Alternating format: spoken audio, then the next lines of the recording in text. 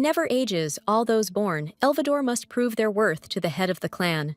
If you fail to do this, then you can consider yourself a loser and become tree food. The young man turned to Magnus and asked where his fiancée Gloriosa Elvador was at the moment. In ancient times, which our heroine no longer remembers well, that was really her name.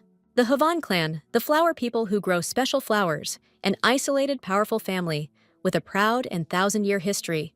Today, Elvador will be destroyed because of them. After being sacrificed to the divine tree, she gradually assimilated with it, but at the same time used this power pretending to provide the necessary information, but in fact hiding the secret code.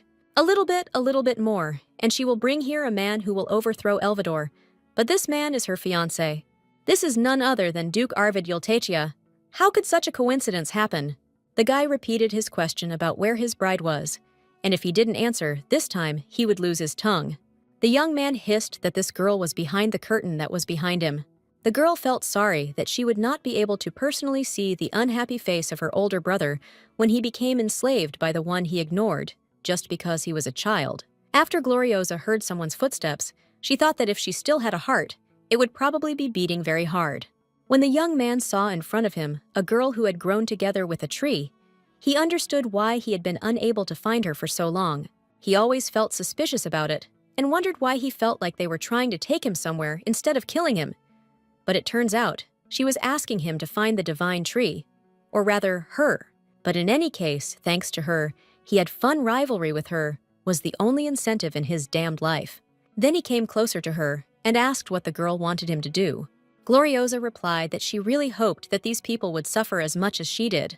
Now let him cut down this tree and burn it, so that not a trace of it remains. The young man replied that, okay, he would do everything the way his bride wanted. Magnus, who ran out into the street, shouted what he was even going to do. Let him stop immediately. But Arvid destroyed him in the blink of an eye with his magical power, and declared that they would all suffer in the hell he created for eternity. Then he approached our heroine and asked what would happen to her if he cut down this tree. When Gloriosa replied that her soul would be freed, but he would be cursed, the guy noted that it was very romantic to get cursed for the sake of his bride. But he already has 3 curses, so he doesn't care if another one is added. Our heroine was in great pain when he freed her, but she didn't want to be a tree for the rest of her life, because she is a human. Having cut down the tree, the young man said that now she could rest, and the girl in turn thanked him. Then she thought about what would happen if she lived with him. Perhaps they would be very happy, in some unknown future that she didn't have, but that could have been hers. After some time, when our heroine suddenly came to her senses, she found herself among some people and near the harp she was playing. This must all be some kind of dream, but her hands move like a human's. Seeing Magnus in front of her, who turned out to be alive, she decided that it was a terrible dream. Suddenly, a voice was heard, which told them to stop, and added that everyone had tried well, except for one person, namely Gloriosa. Our heroine had an inexplicable feeling of déjà vu, as if this was the last spring banquet she had ever attended as a human. The older brother hissed that she was a useless girl, and then ordered them to stop playing as he needed to check their fingers. The little girl did not understand why this particular memory appeared, because she had many others. When the guy suddenly grabbed her hand, the baby felt pain, but did not understand why it must be a dream. If this is a real day from the past, then she knows what the young man will say next. The young man declared that she was so ugly that not even one petal could bloom, and it seemed that she would become food for the tree. Then the guy chuckled and muttered when Gloriosa would be able to contribute to the family. The little girl clearly remembered how she breathed her last in Arvid's arms, and also that this unbearable family was destroyed and sent to hell. But will she really have to go through this again? It seems that even after dying, she cannot free herself from it.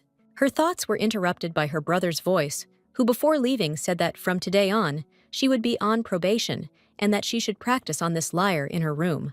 The guys around began to disperse, saying that there was no need to mess with someone who was in the very last place. Suddenly, the girl laughed loudly and thought to herself that everything couldn't be exactly the same. All the information she saw and heard when she was a sacred tree remained in her head, all the things that Elvador would do in the future and how their situation would develop. Is this a gift from Arvid? He is the greatest magician in history, so he can probably turn back time. Thanks to him for saving her in her past life. But this time, she will help herself, and also she is going to meet him. Elvador of the Vine clan had special abilities, namely flowers bloomed on their little fingers. As their abilities developed, a mark would appear on their nails, and each flower would have a unique power. Only after all the flowers had bloomed would they be recognized as members of the family, so the children would make every effort to make them bloom.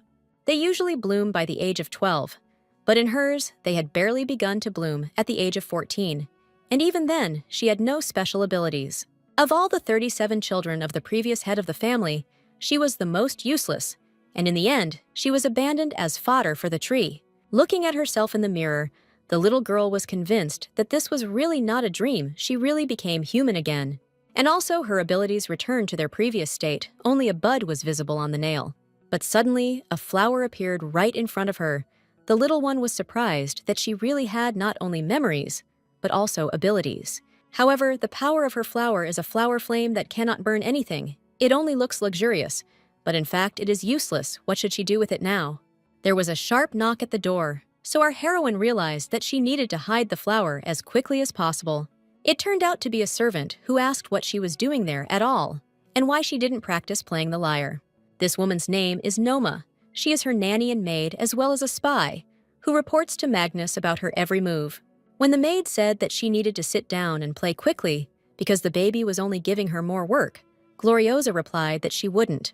The woman was taken aback and asked again what she had just said. In what sense would she not train? Had she gone crazy or something? The little girl replied that maybe, but she might say one more crazy thing. Noma is fired. The maid chuckled that she was absolutely crazy. How could she possibly fire her? Because it even sounded incredible. But suddenly, the girl added that she knew that the maid was stealing women's jewelry. Let him not even think about escaping, because she knows that they are under this bed, so she offers a deal the woman will cover for her when she needs it. Noma immediately screamed that this was slander. The little one retorted that it was she who was stealing the jewelry, or else she had decided to set up her mistress. Out of fear, the numerous children in the house kept their distance from each other, and since she was the most useless of them all, she was simply despised. No one went into her room. No one, except this woman, only after our heroine became a sacred tree, learned that she hid the stolen jewelry in her room. However, even if the truth came out now, no one would doubt it. But the little one was forbidden to approach the other hostesses. But with Noma, it will be different. Death awaits her. The maid is very stupid, and what's even more stupid is that the little girl in the past really tried to make her love her. But the maid was always indifferent, but she was the only person who was next to her.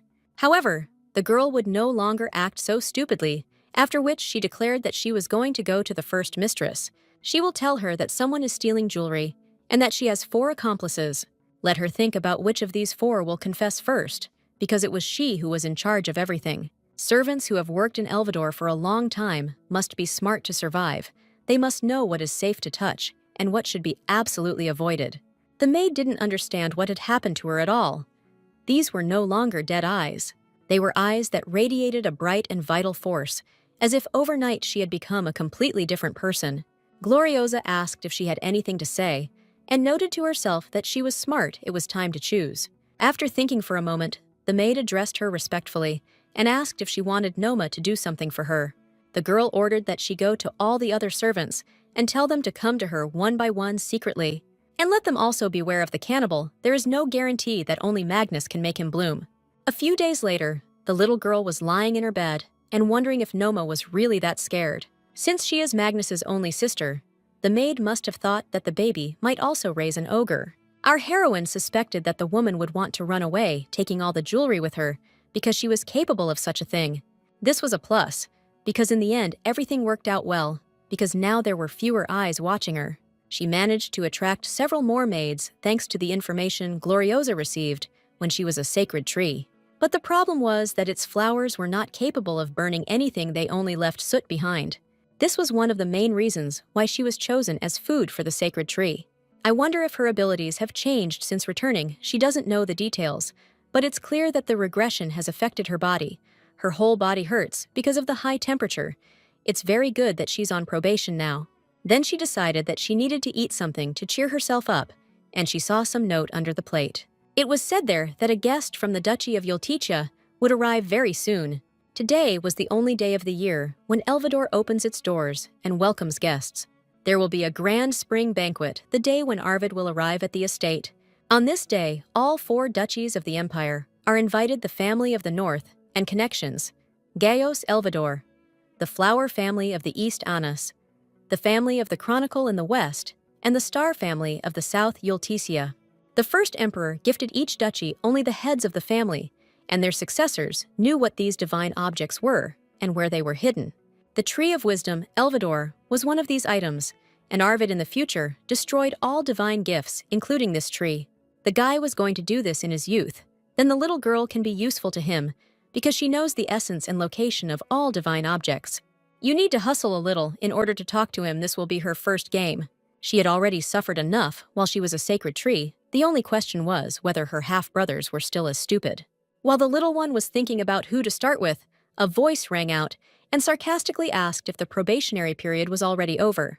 Then they threw a gnawed chicken bone at her and ordered her to sit down with the remains and then get out of the dining room. Why doesn't she say anything? The girl should thank Bert and get out of here quickly. Is the little girl so touched by his kindness that she can't even utter a word? This guy, the only son of his first wife, gets the best grades. However, after Magnus took over as head, he became simply a nobody. Sooner or later, Bert will die at the hands of his older brother.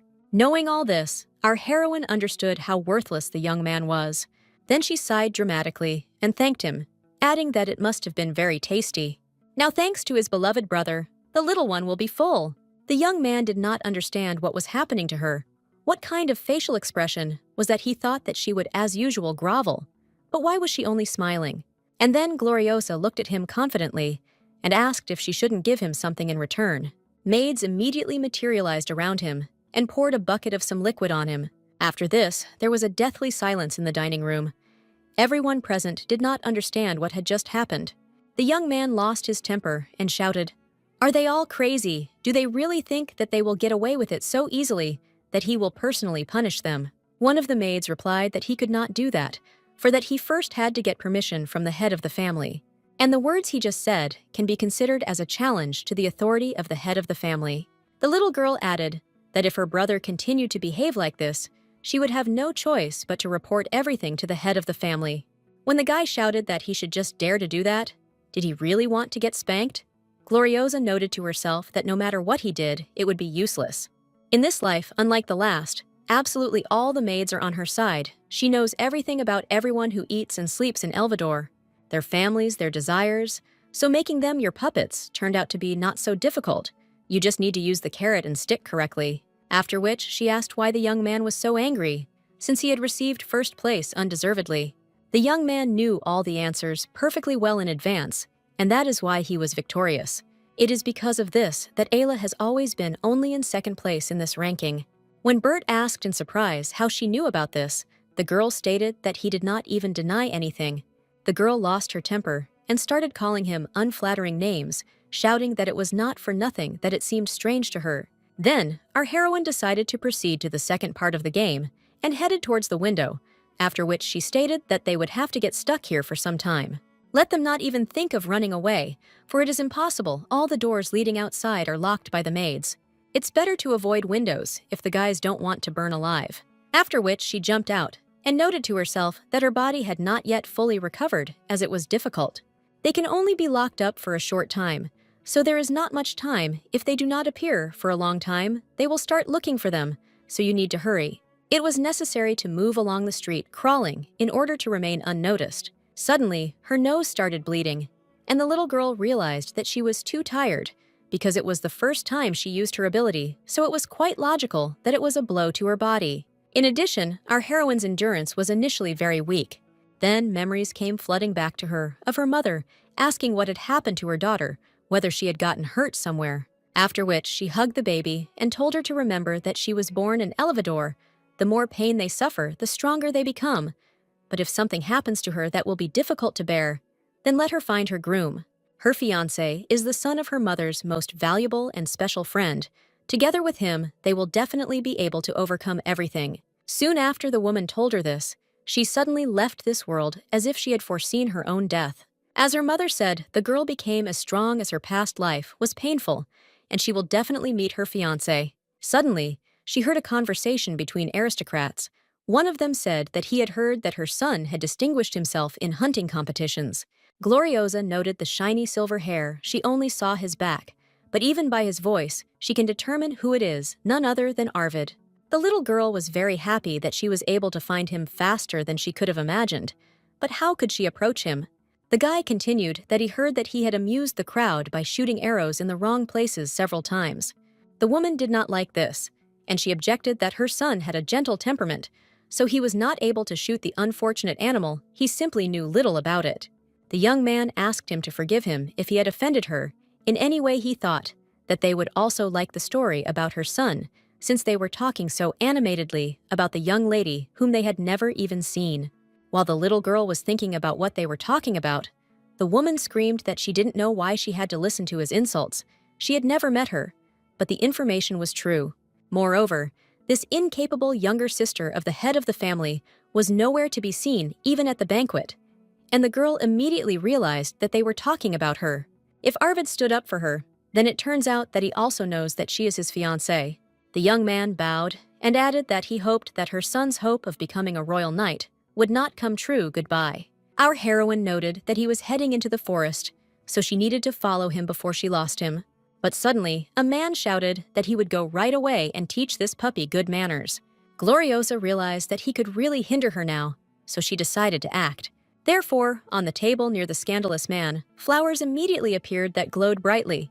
The women began to panic that everything around them was burning, and now the same thing would happen to their dresses. Using this distraction, the little girl ran into the forest, thinking that the guy should not have gone far. Suddenly, she heard the voice of Magnus's escorts, who were discussing that this was because the head of the family was also very sensitive.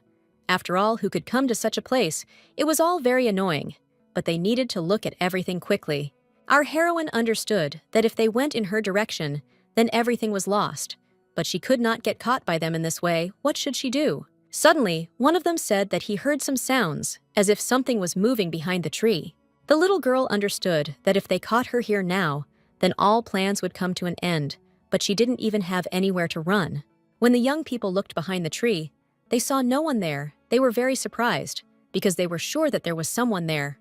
While they were discussing that it must have been a squirrel, it turned out that the little one quickly climbed up a tree. After they left, the little one noted to herself that the tree had saved her, because at the most tense moment, it had grabbed her and lifted her up. When asked why it helped her, the tree replied that it would always be on her side. The divine tree is a being that controls all the plants in the world, and she still has the power of the divine tree. The flower's abilities are minor, but with this, they will be useful, after which she asked if she could ask him for something. Let him help her move to another tree, because there is someone she must definitely meet. The tree obeyed and began to fulfill her request. Gloriosa was glad that she had no fear of heights. She completely missed Arvid while hiding from the guards. It will be difficult for her to find him alone in this huge forest. In this case, she will make the young man come to her himself. Suddenly, her nose started bleeding again because she had used her power too often. The little girl immediately explained to the tree, which became worried that everything was fine. It was all because she had abruptly used most of her magic. I noted to myself that if I look at the course of my past life, then Arvid most likely went into the forest to find the divine tree. Therefore, if he sees such a bright light in the middle of the forest thicket, he will definitely come to it. Suddenly, a strong wind blew, so the baby could not stay on her feet and began to fall down. Suddenly it happened that she fell right into the arms of a young man who asked what she was doing there because he thought that she was just a small squirrel. She had to be careful because just a little bit more, and he would decide that there was a hired killer there, and she could die at his hands. While Gloriosa was wondering why he needed a blindfold, the guy asked her if she was going to get off at all, or if she was going to continue sitting on his hands. Our heroine exclaimed that of course no, and then jumped off abruptly. Then the young man pointed his finger at the flower and asked if she had blossomed them here. The girl thought that he could not see anything because of his bandage, after which she replied that this flower was called Gloriosa, and that her name was the same, and silently she prayed that he would please say that he knew her. The guy immediately broke into a smile and stated that it turns out she is his bride. The little one didn't even have time to rejoice that he knew who she was, when the boys heard a cry that the young master should be somewhere here. These were her elder brother's soldiers, who had arrived here earlier than she had expected. The girl immediately grabbed his hand and said that he was seeing her for the first time, so her words might seem absurd to him, but she wanted to suggest something. after which she stunned him with the news that she wanted to propose a marriage contract to him. The little girl knows what he wants to do. The young man wants to destroy the divine gifts. She cannot explain everything, but she will definitely be useful to him. She can also tell him where the sacred tree is. Just 1 year. They will be married for 1 year, and she will share all the information she knows. Just let him please take her away from this family. After thinking for a while, Arvid asked if he could then take a closer look at those flowers. Our heroine was very nervous that the soldiers were too close, so she tried to quickly show him everything. Suddenly, the young man grabbed her hand and pulled her towards him, saying that he saw her. Gloriosa did not understand at all what was happening to him, but tears began to flow down the young man's cheeks. Suddenly, a cry was heard from the soldiers that they had found the young master and that everyone should head here. The little girl began to panic that they would now see her flowers and that she needed to get rid of them as soon as possible. Suddenly, the guy covered her with himself and told Ryozi to stay close to him from now on. The little one noted to herself that no one had ever addressed her like that. For some reason, her useless name now seemed so cute. As a result, they were finally caught. The little girl was worried whether everything would be okay with Arvid. The thoughts were interrupted by the voice of Magnus, who said that the young master Yultetia was behaving disrespectfully in someone else's house. The road was specially paved with flower beds. How could Arvid get lost in Elvador's garden? He begins to doubt him. Of course, he understands that the young master is still at the age when people like to hide and seek, but this is somehow strange. Gloriosa didn't understand what this bloody atmosphere was. Despite his strength, Arvid was still a child. But suddenly, he asked if there was anyone who responded to the bark of a fox that had lost its wild nature and was now fawning on him. The young man got furious and started shouting what kind of nonsense he was talking about now. But the guy interrupted him and said that the reason he came to Elvador today was to find his bride, and she was this child. So from now on, she should be treated as a member of the Yultecha family. He takes Gloriosa with him. Our heroine was also taken aback by this news. Of course, she herself asked to be taken away, but she didn't think it would be so abrupt. Magnus asked what other bride, because he had heard absolutely nothing about it. Arvid replied that yes, that's right. The head of Elvador is a young chick who just took over the position. There are probably still many things he doesn't know. The elder brother hissed that in any case, she had Elvador family blood in her, so he needed to think it over first, and only then make a decision. Our heroine began to get nervous that the atmosphere was getting tense. Was he really going to create a cannibal? As the situation worsened, the girl said that regarding the engagement evidence must first be found. The young man just smirked and told Magnus to treat her the same way he treated him. When the head of the Elvador family asked him what he had just said, Arvid noted that the head seemed to have trouble understanding, so he would repeat it again. Gloriosa was his fiancée, and her older brother has no right to decide where the girl should be. Is there something he still doesn't understand? Our heroine noted to herself that this was the same magic that she had seen before. On the very day that Elvador died, she knew that her fiancé had such an ability. Suddenly, a man appeared from the portal, asked for forgiveness, and said that he was not yet used to this, after which he greeted everyone. His name was Helbert, who is the chief butler of the Duke of Yultecha, and he came to Elvador at the call of his master. The knights did not understand how this was even possible, since the journey from Yultetia to Elvador takes 2 months. Magnus started getting angry again and asked what the matter was. Should it really be worth such a fuss? The man replied that of course let him look at this paper first. The young man explained that this was a confirmation of their mother's friendship. The butler added that if he looked closely, he would be convinced of the veracity of the words of the representative of the head of their family. It dawned on the little one that right now, Arvid had all the power in his family's hands, which is why he was acting like that with her older brother. It turns out that her mother foresaw all this and left the papers to Arvid, because otherwise, Magnus would have already stolen them. After studying the paper, the guy said that he understood everything, but while they were still too young, it would be nice if they just saw each other once a year. Arvid asked who said that. The young man will marry her today. Let him prepare the documents immediately. Magnus flared up, jumped up from his seat, and shouted, "What nonsense is this?" He allows himself too much, but was immediately bound by Arvid's magic. Who stood up and asked, what if he asked for his permission? There is no need to test his patience. There is no need to try to stop this. Ryozi will be with him while the marriage documents are being prepared. After this, the butler took the little girl by the hand and said that it was time for them to go. The girl noted that Magnus lost. Finally, she will be able to say goodbye to this damned Elvador. She has been waiting for this moment for so long. Arvid's confidence extended to her as well, and the guy asked her if she was scared, since she was going to a place she had never been to before. When Gloriosa replied that she was not afraid at all, the young man noted that she was very brave, and the girl could not be more happy that she could now live a new life, the life of a human being, and not a tree. After some time, the girl thought that she still had abilities from the time when she was a sacred tree. She speaks all 7 languages fluently and remembers very well how each country was born and how its history was erased. Ideas that will shake the entire empire in the future, and promising talents from each family, and she also knows how to use all of this. But what Arvid is offering her now simply doesn't make any sense, and the young man asked what was going on, whether she had any questions. Looking at the cake in front of her, our heroine did not understand at all how to eat it. If she did something wrong, she would ruin this whole beautiful form. Even before her reincarnation, she had never eaten such wonderful food, so she replied that she couldn't eat it. The guy asked why, because he thought she was hungry. Gloriosa explained that she doesn't know how to eat such a luxurious food, and that this cake isn't even hard. She feels like she could break it even with a knife. Suddenly, her stomach began to rumble, treacherously, loudly. The little girl was finally convinced that she had become a human, because when she was a tree, she didn't even know what hunger was. The young man told her to sit closer to him so that he could feed her and show her how to cut it, and in exchange the girl would bloom the flower one more time. When the little one immediately fulfilled his request, the boy said that it was very good. Thanks to her, he could see perfectly. Gloriosa asked whether her flower illuminated the entire space in front of him, and the young man replied that it apparently did.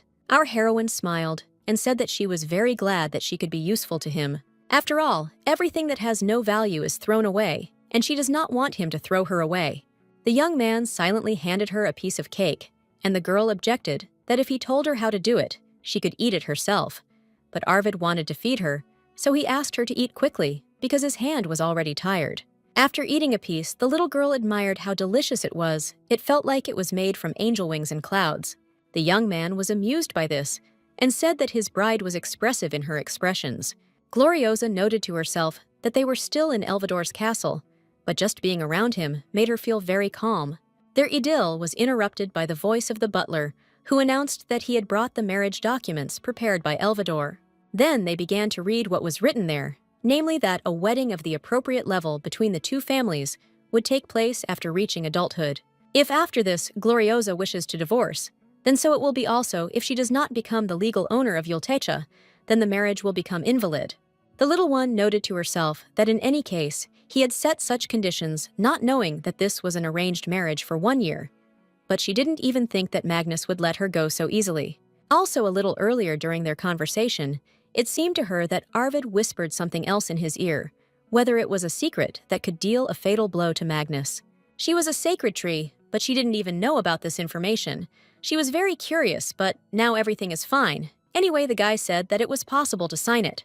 For now, it was enough for her that she and the young man would soon be able to leave Elvador together. Our heroine was incredibly happy that she would soon be able to go to Yultecha. Sometime later, when they arrived at the estate, the butler said that he did not know that he would bring her here immediately. Even if she is his fiancée, isn't it customary to meet her once a year? And besides, he knows very well how cunning the head of the Elvador family is. Magnus is a shameless man who aims at the imperial power and is especially loved by the regent for his appearance. In addition, due to their disgusting custom of using people as food, they have a bad reputation in the imperial castle. The next head of the Yultecha family will soon be determined, but who would have thought that at such an important time, Arvid would bring the man's younger sister into the house? He dares to ask why the guy made such a hasty decision. The young man told him to take this flower in his hands and bring it right to his face. When the man carefully did what he was told, the young gentleman reported that he could see him perfectly well. It turns out that the butler had been growing his mustache for a long time. Helbert could not believe that he could actually see despite the curse. In his will, the first emperor wrote that the entire Yultecha family would be cursed because of this. All the children of this dynasty suffered, and especially Arvid. He has 4 curses. Since then, he has lost his sight because of his damaged body. He vomits blood, and all living beings are afraid of him. And lastly, since birth, he has been deprived of a certain part of emotions. Of course, even if he cannot see anything in front of him, he is able to see the truth in the stars and space, and thanks to his developed senses, he can live an ordinary life using only one cane. But there are things in the world that are much more beautiful if you see them with your own eyes. Has this really become possible for the owner? Arvid added that a miracle had happened to him. If it had not been for this miracle, he would have suspected that bringing this child closer to him was Magnus's plan. But for some reason, this little girl gives him sight miracles cannot be controlled, so he had no choice but to believe. Now he sees only what is next to the flower. However, at least he can see something. The butler burst into tears and picked up that he is absolutely right. The young man continued that he needed to make sure that all the conditions necessary for a comfortable life for his young wife were met. Power always has a price, and he had to pay the appropriate price for this flower. Also, let him be careful that no one treats her as a spy. The guy trusts her. If they do not want to challenge him, then they will also have to trust her. The butler bowed and said that he remembered his words, after which he added that perhaps the previous head of the family knew that everything would happen this way. Arvid objected that on the contrary, it was possible that Gloriosa's mother had suggested this to his mother. On the other hand, it was questionable why she had decided to marry her to a man with so many curses. But whatever the reason, he is not going to let this child go, because the girl is not even afraid of him. She is incredibly special. The man noted to himself that it had been so long since he had last seen a smile on the young master's face, and that this rare ability to bloom flowers could bring about changes in Yultecha. After some time, the guy noticed that his wife slept a lot. Perhaps he should have listened to the butler when he wanted to take her to the bedroom. It's all just amazing. He brought his wife back to him from where he was going to break off the engagement when she sleeps. She is completely different from what she was before. The girl was trembling with fear, but there was determination in her voice, and golden light was pouring from all sides. Her eyes are like Venus, and her eyelashes are like the Milky Way. Her face was the first he saw since his birth. He really wanted her to wake up soon and show him her eyes again. Sometimes she looks so happy for him. These are special moments. Suddenly, the current head of Yultecha entered the room and asked why he didn't soften his expression, because if anyone saw him, they would think he had the plague. When the boy replied that it didn't matter, the man muttered thoughtfully that he couldn't remember there being a guest bedroom here. As far as he could remember, there hadn't been one some time ago. The young man replied that he would allow her to stay in his room for now, so there was no need to interfere in this matter. This child is his person, so there is no need to interfere. Lem noted his menacing growl and said that he shouldn't behave like that with him because he just came to look at the child who could become the next head of the family. Given her fragile frame, she should be handled with care. Arvid reminded that one should not pester her. The man stated that she had clearly sunk into his soul. Then he would treat her as a daughter-in-law, even if it was temporary, but he could not tell him what to do, even though she was his father. On the way, Lem thought about how Gloriosa had shown her hidden claws to follow the news he sent his subordinates. To each family, he never thought he would hear such an interesting story. One day, she suddenly recruited all the maids and forced them to pour soup on the first mistress's son, and also revealed the secret of this child. Perhaps she is just right, for this snake pit things are taking an interesting turn. Since she is his daughter-in-law, he should treat her well and take care of her. Then the man came to the conclusion that it was necessary to present her with the eggs of the Sea Queen. The next morning, the little girl was afraid to open her eyes because she was worried that her departure from Elvador might be a dream. But opening her eyes a little, she saw a young man in front of her who asked how long she was going to pretend to be asleep. Let her open her eyes already, because she needs to get up and have breakfast. She would like to do this together. When the little girl fell back onto the pillow, the guy stated that she still felt unwell, after which he asked if she would be able to walk to the dining room. If Gloriosa had not yet rested enough, he would ask for food to be brought to the room, but the girl would object that she could and wanted to go. The young man replied that okay, then they would call the doctor after she ate the baby, thanked him for his concern. Arvid replied that it was a matter of course. Now that she was awake, he would introduce her to the maids who would serve her. These girls will make sure that Elvador feels comfortable in this estate. Now it was time for him to go, and she should take her time while she got ready. Moving the screen towards her, Linda and Anne said that they were very honored to meet the little lady. Phoebe and Brill added that they would be happy to serve her from today on. The baby was grateful, but did she really need so many people? The peculiarity of Hawaiian is that a representative of this kind is clean and fragrant, even without taking a bath. The girls admired that she was simply beautiful. How could one be so beautiful? Her hair was like a sunset, and this dress would suit her very well. Our heroine did not understand why they were behaving this way, after which she said that she was also pleased to meet them, but she was not little, she would soon be 14. The maids were horrified because they thought that she was no more than 9 because she had such a small body. At first, the little one didn't understand why they had gotten her age so wrong, although she grew up in a family where she couldn't eat properly, so her growth was very slow. Then they brought a mirror to her and said that they were finished. Did she want to look at herself? Let her say if she feels uncomfortable. But the girl replied that she liked everything very much. Since these clothes were prepared especially for her, she decided that she should go and thank them. It was the first day in a new place, the first day of a new life, that she had dreamed of so much an opportunity that she had caught with her own hands, so she would never let it go. The baby really won't suffer anymore. That's all she thought about as she walked. But when she entered the dining room, she could not understand why there was such a tense atmosphere around. A few hours ago, the maids were discussing that the master's bride had arrived, but it was somehow too sudden. One of them exclaimed, "What kind of girl must this be, so that this terrible man could marry her in one day?" And then they even wondered if this might be a kidnapping. After this, the thought came to their minds that she was as scary as Arvid. They say she came from the East. Does anyone know anything about Eastern cuisine? What if she doesn't like Southern food? I just want to run away right now. The maid immediately stuttered and said that she would tell her about today's menu, namely soup with stewed scallops and parsley marinated tomatoes, with cheese and lamb steak with potatoes.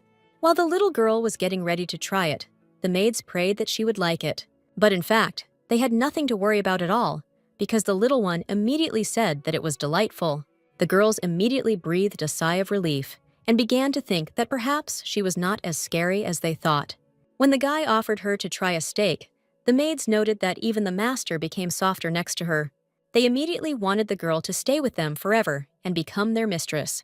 They were confident that this little girl would be able to re-educate their young master. After some time, our heroine thought that it was very tasty, although she felt awkward from these strange looks. When the young man asked her if she liked everything, Gloriosa replied that it was a real heavenly banquet. She noted to herself that she needed to be careful because she had been hungry for a long time, and she could get sick, but she was fine. It must be because she had put in a lot of effort to get here. Elvador must definitely repay for such a luxurious table, after which she asked what she could do for Arvid, something that could help Yulticia. The guy replied that what she should do at the moment is to restore her health. When the girl objected that she didn't quite mean it that way, the young man retorted that she should absolutely. Therefore, Gloriosa answered that good, and asked what he would do. Then the young man answered that he had to work. It was time to take care of the documents. When asked if she could watch too, the guy replied that she would probably be bored, but if she wanted to, then fine. After which, he ordered the butler to make room for the girl in his office. When they went out into the corridor, the little girl extended her hand to him and suggested that they hold hands. She worries that he is uncomfortable when walking, but she really wants to do something for him. Then she realized what she had just said. After all, this was his house. What inconvenience could there be? Moreover, how could she help him when she didn't know the interior layout? But the young man took her hand, thanked her for her help, and added that he appreciated it very much. After which, he suggested taking a walk in the garden, while Helbert prepared a place for her. The girl noted to herself that despite the fact that Arvid could laugh at her in this situation, he took her hand. This guy is very kind. The young man said that the garden was in that direction. It could not be compared with the garden in the east, but he hoped that she would like it. The little one exclaimed that she was sure that it was no less beautiful. But when they went outside, our heroine saw that it was completely destroyed and withered. The young man said that they say that it is even better there at night, although he had never been there at such a time. The little girl noted to herself that she definitely didn't know anything about the garden. Under no circumstances should she plant flowers here. Why had things reached such a point? Then she smelled a salty and slightly fishy smell. It was the smell of the sea. Maybe they watered the plants with water from it. The young man asked why she had become quiet. Perhaps some problems had arisen, but the little one replied that there were none. It was just so beautiful in the garden, so she was walking around admiring it. The guy replied that she could look around calmly, because now it was her home. Our heroine asked for forgiveness, and asked if she could take care of this garden for a little while. Realizing that she was becoming emotional, Arvid said that if her body was fully restored, then she could do whatever she wanted. Therefore, you cannot worry and cry in this place, no one will see it. The little girl had tears running down her cheeks, and she couldn't calm down apparently, because the guy spoiled her with his kindness. In this place, Gloriosa wants to revive both the garden and her life. After some time, the butler announced that this time he had brought him a cake, but the young man told him to give it to the bride. The little girl thanked him for the cake, and noted to herself that she couldn't even open her eyes, she had cried so much. Who knew that they would prepare such a place for her? Now I feel somehow awkward, won't it become an obstacle to her work? And in general, it seems they went a little overboard with the preparations. There were flower decorations, a pillow, and a dessert. After which she asked him if it didn't bother him. After all, it was his office. The young man replied that it didn't bother him at all. In any case, it would belong to her someday. She can look through all the documents, he will say, to bring documents with regular letters, in addition to documents with the alphabet for the blind. The butler reported that while they were eating, news came from the regent that the imperial family hoped that they would share this joy with them, and congratulated them on such a significant event as a wedding. An order was also written that it was necessary to appear together at the palace to greet them. It was also said that if they come, then from now on, it will be possible not to attend the celebration of the Day of Conquest 3 times. On the Day of Conquest, the head of the duchy and the heir from each family must appear at the imperial palace once a year. This is done in order to swear allegiance and bend the knee before the emperor. After the Day of Conquest, the father of his many wives always went to her mother, so she remembered it. At the moment, the Galaxios Empire is ruled by a young emperor, but he cannot exercise power as he pleases. In fact, power is held in the hands of the emperor's regent. It is noteworthy that the regent and the former empress were sisters. The former emperor married all the sisters from the same family. At this point, our heroine's older brother and the regent have been lovers for a long time. In the future, he will commit atrocities relying on her power. This must be stopped. Privatization of public roads within the empire, xenophobia, exploitation of orphans' labor under the guise of charity. The thoughts were interrupted by the voice of the butler, who said that the next problem was the autonomous region of Hooks. The oasis had dried up, and they could not understand the reason for the 3rd month. The guy muttered that this was a problem. If the area couldn't function, this transport would stop running in the desert. When our heroine asked if they were talking about the Hux oasis, the guy replied that everything was correct, a piece of wood found nearby, and an inscription in an ancient language were all the clues they had. The little one noted to herself that she knew about this event, one of Magnus's atrocities, the plan for drought and flood. Then she said that she wanted to look at this document because she thought that she could help in this matter. This area is considered an autonomous region and is located in the desert, which is located in the southern part of the empire, in close proximity to the lands of Yultitia, but has no owner. The locals maintain a religion and lifestyle that are unique to this place. In terms of their mentality, these people are quite self-confident. Therefore, they tried to solve the problem themselves, but they failed and did not inform Yultitia. After studying the documents, the little one reported that the reason for the drought is simple. It's all because of Forget-Me-Not. Let her order that a detective be hired and find out a couple of things. Does Forget-Me-Not grow near the oasis? And if so, is there a person who matches the description she gives? The butler read that she had given the name Crossel Elvador, who was 22 years old, and that the Forget-Me-Not flower had the ability to secrete and absorb water. Shiny sea wave-like blue hair, pale skin, drooping bangs covering one eye on one side. This person is a close associate of Magnus the Florist, who has the strongest water ability. Most likely, he is hiding somewhere in the village. We need to move as carefully as possible. The guy asked if she could explain the reason. Gloriosa answered, because he is a very dangerous guy. You can't predict what will come into his head. Helbert noted to himself that it was true that flower growers had unique abilities. The abilities of such a famous person as Magnus were known to everyone, but the abilities of other flower growers were hidden by a veil of secrecy. And this girl just gave away such a valuable secret for free. The little girl continued that he has an aversion to people and has no moral values, but even so, he has outstanding powers, so his older brother likes to work with him. Using it, Magnus prepares his plan called Drought and Flood. The first point of the plan is an oasis in the village.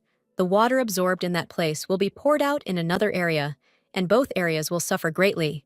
Arvid added that in every region, droughts and floods are rising. With such a statement, he is going to drive the empire into a bad year, and raise the prices of food exports from Elvador, isn't that right? It is clear why her elder brother has set his sights on this village. He is aiming to own neutral land. Even if famine comes, they will not be able to receive support and protection from the duchy, nor will they be able to purchase expensive food, which will incur huge interest rates.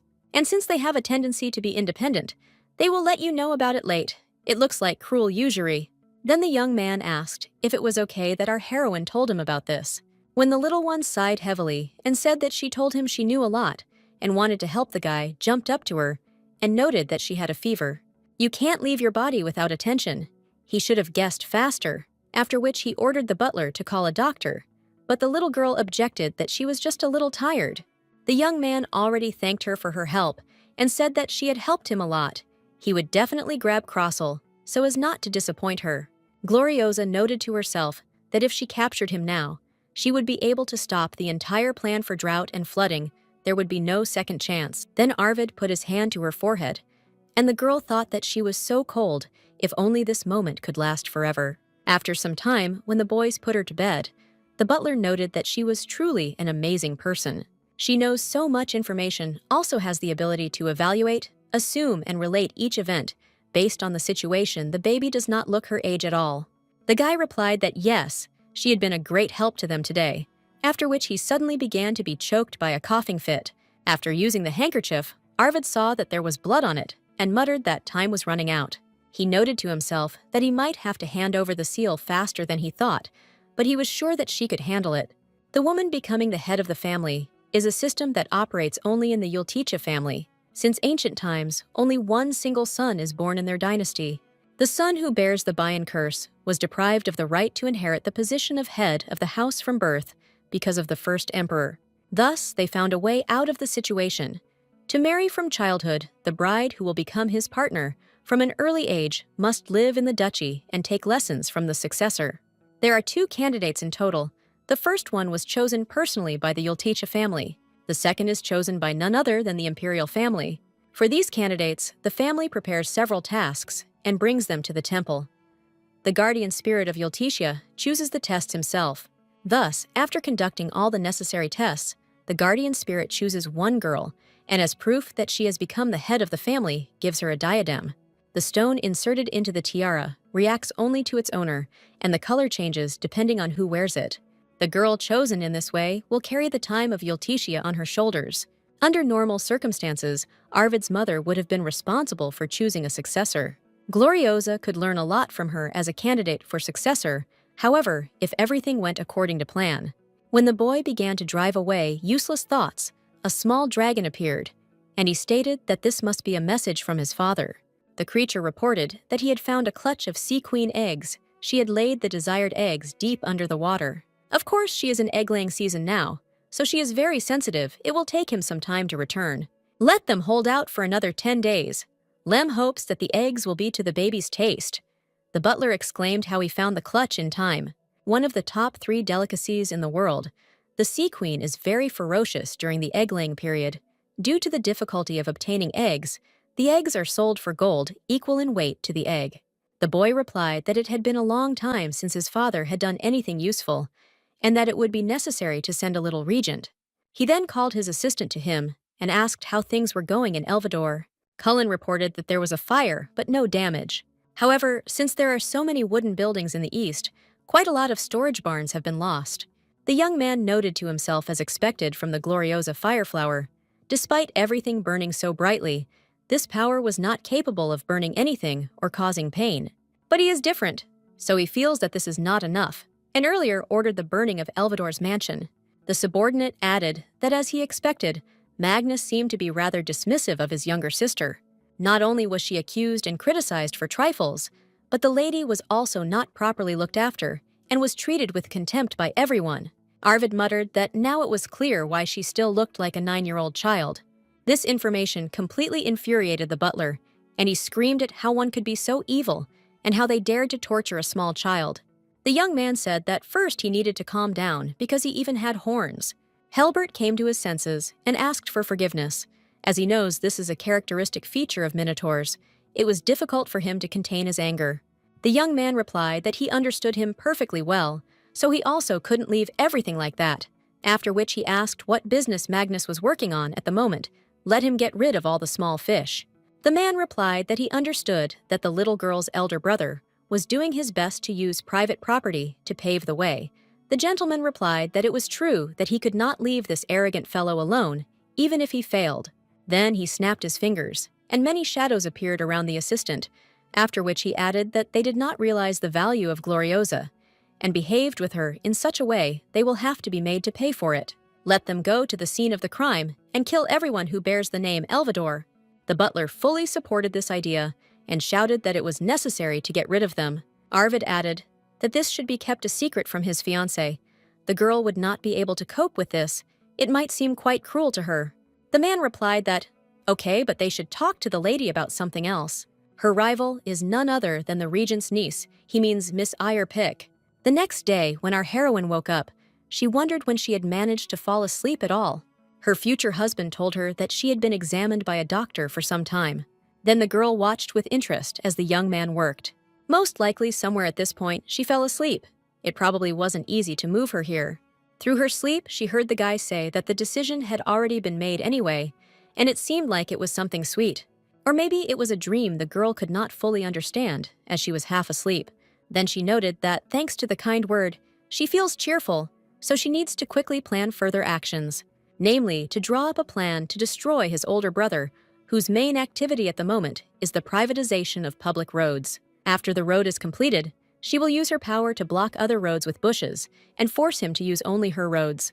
Moreover, public roads are also the object of the regent, because her object is to be able to send soldiers to each of the families at any time to carry out military policy. The plan to combat drought and floods is to raise funds for the construction of this public road. Of course, if Crossel were captured, it could prevent both, but capturing him would be like touching the regent. It is necessary to tell Arvid about this and about some other events. First, the regent's charitable work to change his image.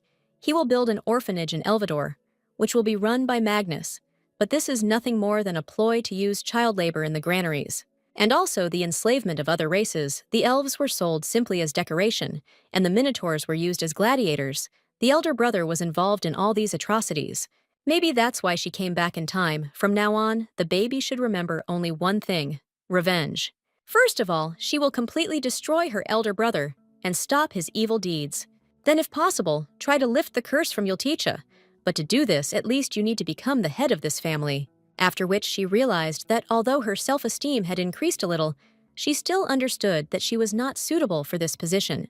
Suddenly, a maid appeared in the room and asked her if she had slept well, since she had been working hard on something since early morning. When the girl replied that everything was fine, the maid said that it was time to change then. Then they started showing her a bunch of different dresses and jewelry, and saying that they would look perfect on her. The little one thought that this was a bit too much, but every time they do this, they look very happy. After a short period of time, Gloriosa was ready, and the girls admired how beautiful she was. After which, the girl asked if she would like to see the mansion before breakfast. The girl replied that she would actually like to go to the library. The maid exclaimed that she was taking her there, and began to explain that this was the main house in which she was staying, and that there were separate houses not far from here. There is a desert behind the mansion, so you shouldn't go outside alone, as it is dangerous on the other side. There is a sea with a cliff, so let her be careful. Our heroine noted to herself that the sea and the desert in one place. This is a truly strange place. The maid added that the weather was sunny today, so she could go running in the garden. The little one thought to herself that she had never run around the garden before, and with such endurance, she would be found dead with a broken nose, so she decided to abstain. Brill carefully added that there are usually 2 candidates for the position of head of the family, but they are completely on her side. When the lady is around Arvid, he becomes really soft and kind. The lady is the only one who can do this, so she hopes that the girl will become the head, and everything will continue in the same spirit. When the little girl objected that he seemed like a kind person, the girl turned pale and said that this was not at all true.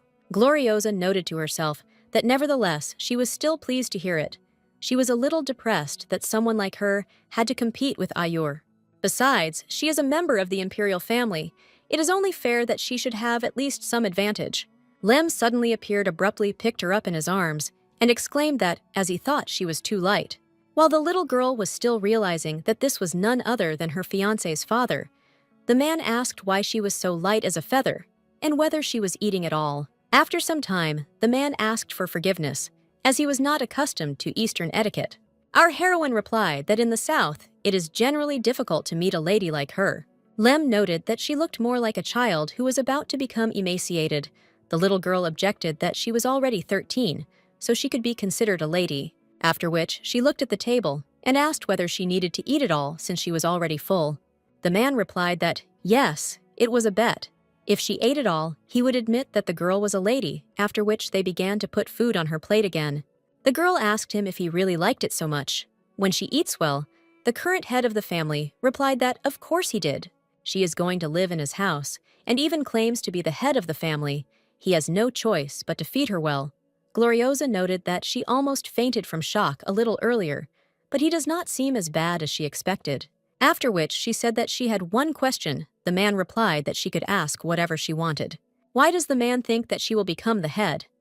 And what about the second contender? Lem answered that this is a very sensitive issue. First of all, his son values her very much. The current head of the family has never seen this little boy do anything for others. It's like seeing your mother the first person in your life, and his son saw her, so it's clear that this is something special. The baby shouldn't have been so obviously happy about this, but she was just happy. Lem added that moreover, he had no intention of choosing the candidate nominated by the regent, so it was quite clear who would become the head. Our heroine said that she was a bad child, who was happy to hear this. Instead of sympathizing with Arvid's pain, she first felt worried maybe something was wrong with her.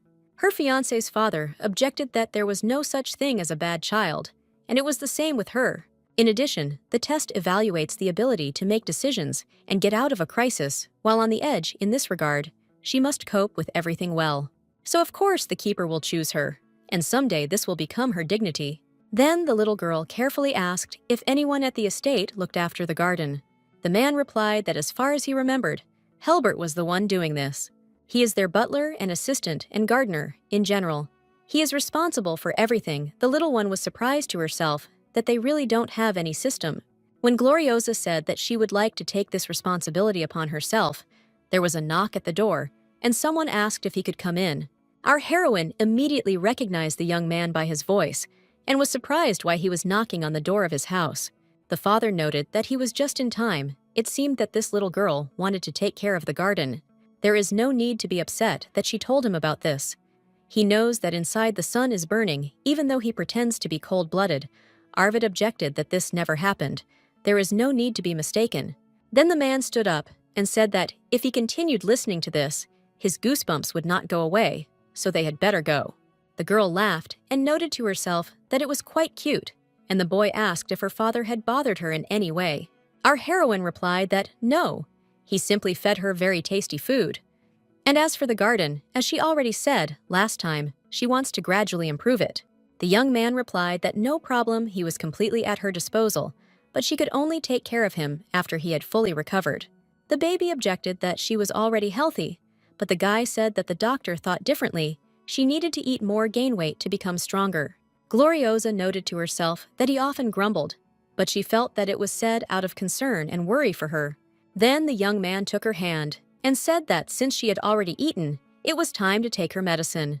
A few days later, the man remarked that she must be sad, that she could not immediately take up the garden.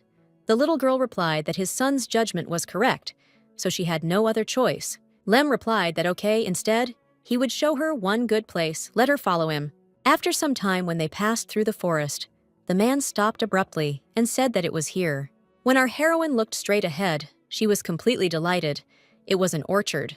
The man explained that the garden looks the same, but everything will be different here because everything has been redone.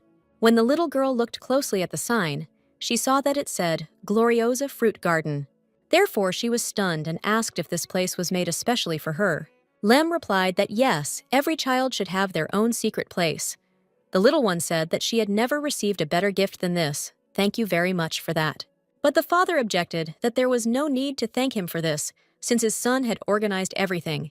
The little girl couldn't believe that all this was done especially for her. She was incredibly happy that she came to Yultisha. The current head of the clan added that this place is usually called the Land of Snakes. The girl asked why this name. Man, that this is something like a nickname, just as Magnus is called a fox. The Yultecha family are called snakes. The little girl said that it was a bit strange. Snakes are usually used for bad purposes, aren't they? But Arvid and her father were very kind to her. She noted to herself that the trees also greeted her very kindly and said that they were glad to meet her. Lem added that there was something else he had to show her. Let him follow her. Our heroine thought to herself that no matter what anyone says, she only believes in what she herself has seen and experienced, and these guys, whom she met personally, are very friendly and warm people. After a short period of time, he brought her to the hut and informed her that it also belonged to her. Gloriosa was absolutely delighted, and the man said that she could decorate it and play with it as she wanted. Then, he added that he was very glad that she liked it so much, but it was time for him to go and she should have a good time here. For some reason, the little one had the feeling that she had become even closer to him today. Is it normal to think that there is a little space for her in Yultecha? After some time, the doctor said that she seemed to be feeling much better than at the first examination. When asked if she could already start working in the garden, the doctor replied that it would be better to wait a couple more weeks. Now let him take today's dose of medicine. Gloriosa thought to herself that the medicine was so bitter and tasteless she would never in her life put something like that in her mouth if it were not necessary. The young man immediately handed her a candy and said that she could eat it after taking her medicine. Still, the young man is very glad that she now looks more or less healthy. Nessa said that it was time for him to go. It would be helpful if she took short walks more often. The guy took note of this and immediately asked why they didn't go out and take a little walk. Our heroine objected that it was raining there. Arvid replied that days like this have a certain atmosphere. There is one place he wants to show her. But if she wants to rest indoors, she won't object. But the little girl exclaimed that she could go. The guy asked if she was really that happy. The girl replied that yes, it had been a long time since she last spent time with him. The young man told her to take his arm so that he could lead her into the garden. This embarrassed the little one a little, but she couldn't say that she didn't like it. From the side, the voices of the maids were heard, who said that they had brought her a raincoat and an umbrella because she said that she was going for a walk. When the girl thanked them and asked why they took only one umbrella with them since they were going for a walk together, the maid replied that there was a reason for everything so that she could have a good time. After they went outside, the young gentleman said that before they went for a walk, he had news for her. Not long ago, they managed to get on the trail of Crossel Elvador. He hasn't been caught yet, but he will be soon, because Cullen knows his business very well. At the moment, his subordinate is tracking Crossel in the village. The little girl noted to herself that it seemed like he was doing a lot for Arvid, like a weight off her shoulders, because she was worried about this issue. Suddenly, the young man pressed her to himself and told her to come closer because she would get wet.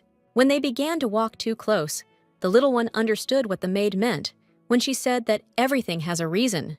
The guy said he thought she would like the coast near her house. It wasn't raining that much, so there shouldn't be any problems. There was just one view that could only be seen at this time of year. Then he brought her closer to the cliff and told her to look down. This phenomenon is called the dragon's nest. They say that the dragon is preparing to rise into the sky. The girl exclaimed that it was simply incredible, and the young man asked her to be careful as it was easy to fall. Arvid knew she would like it because he had never seen anything like it himself.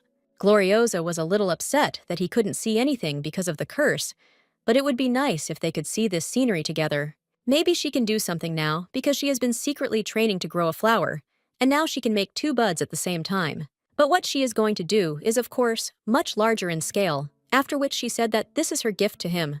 While the guy didn't understand what was happening, the girl thought that for some reason, right now, she felt confident that she could do it.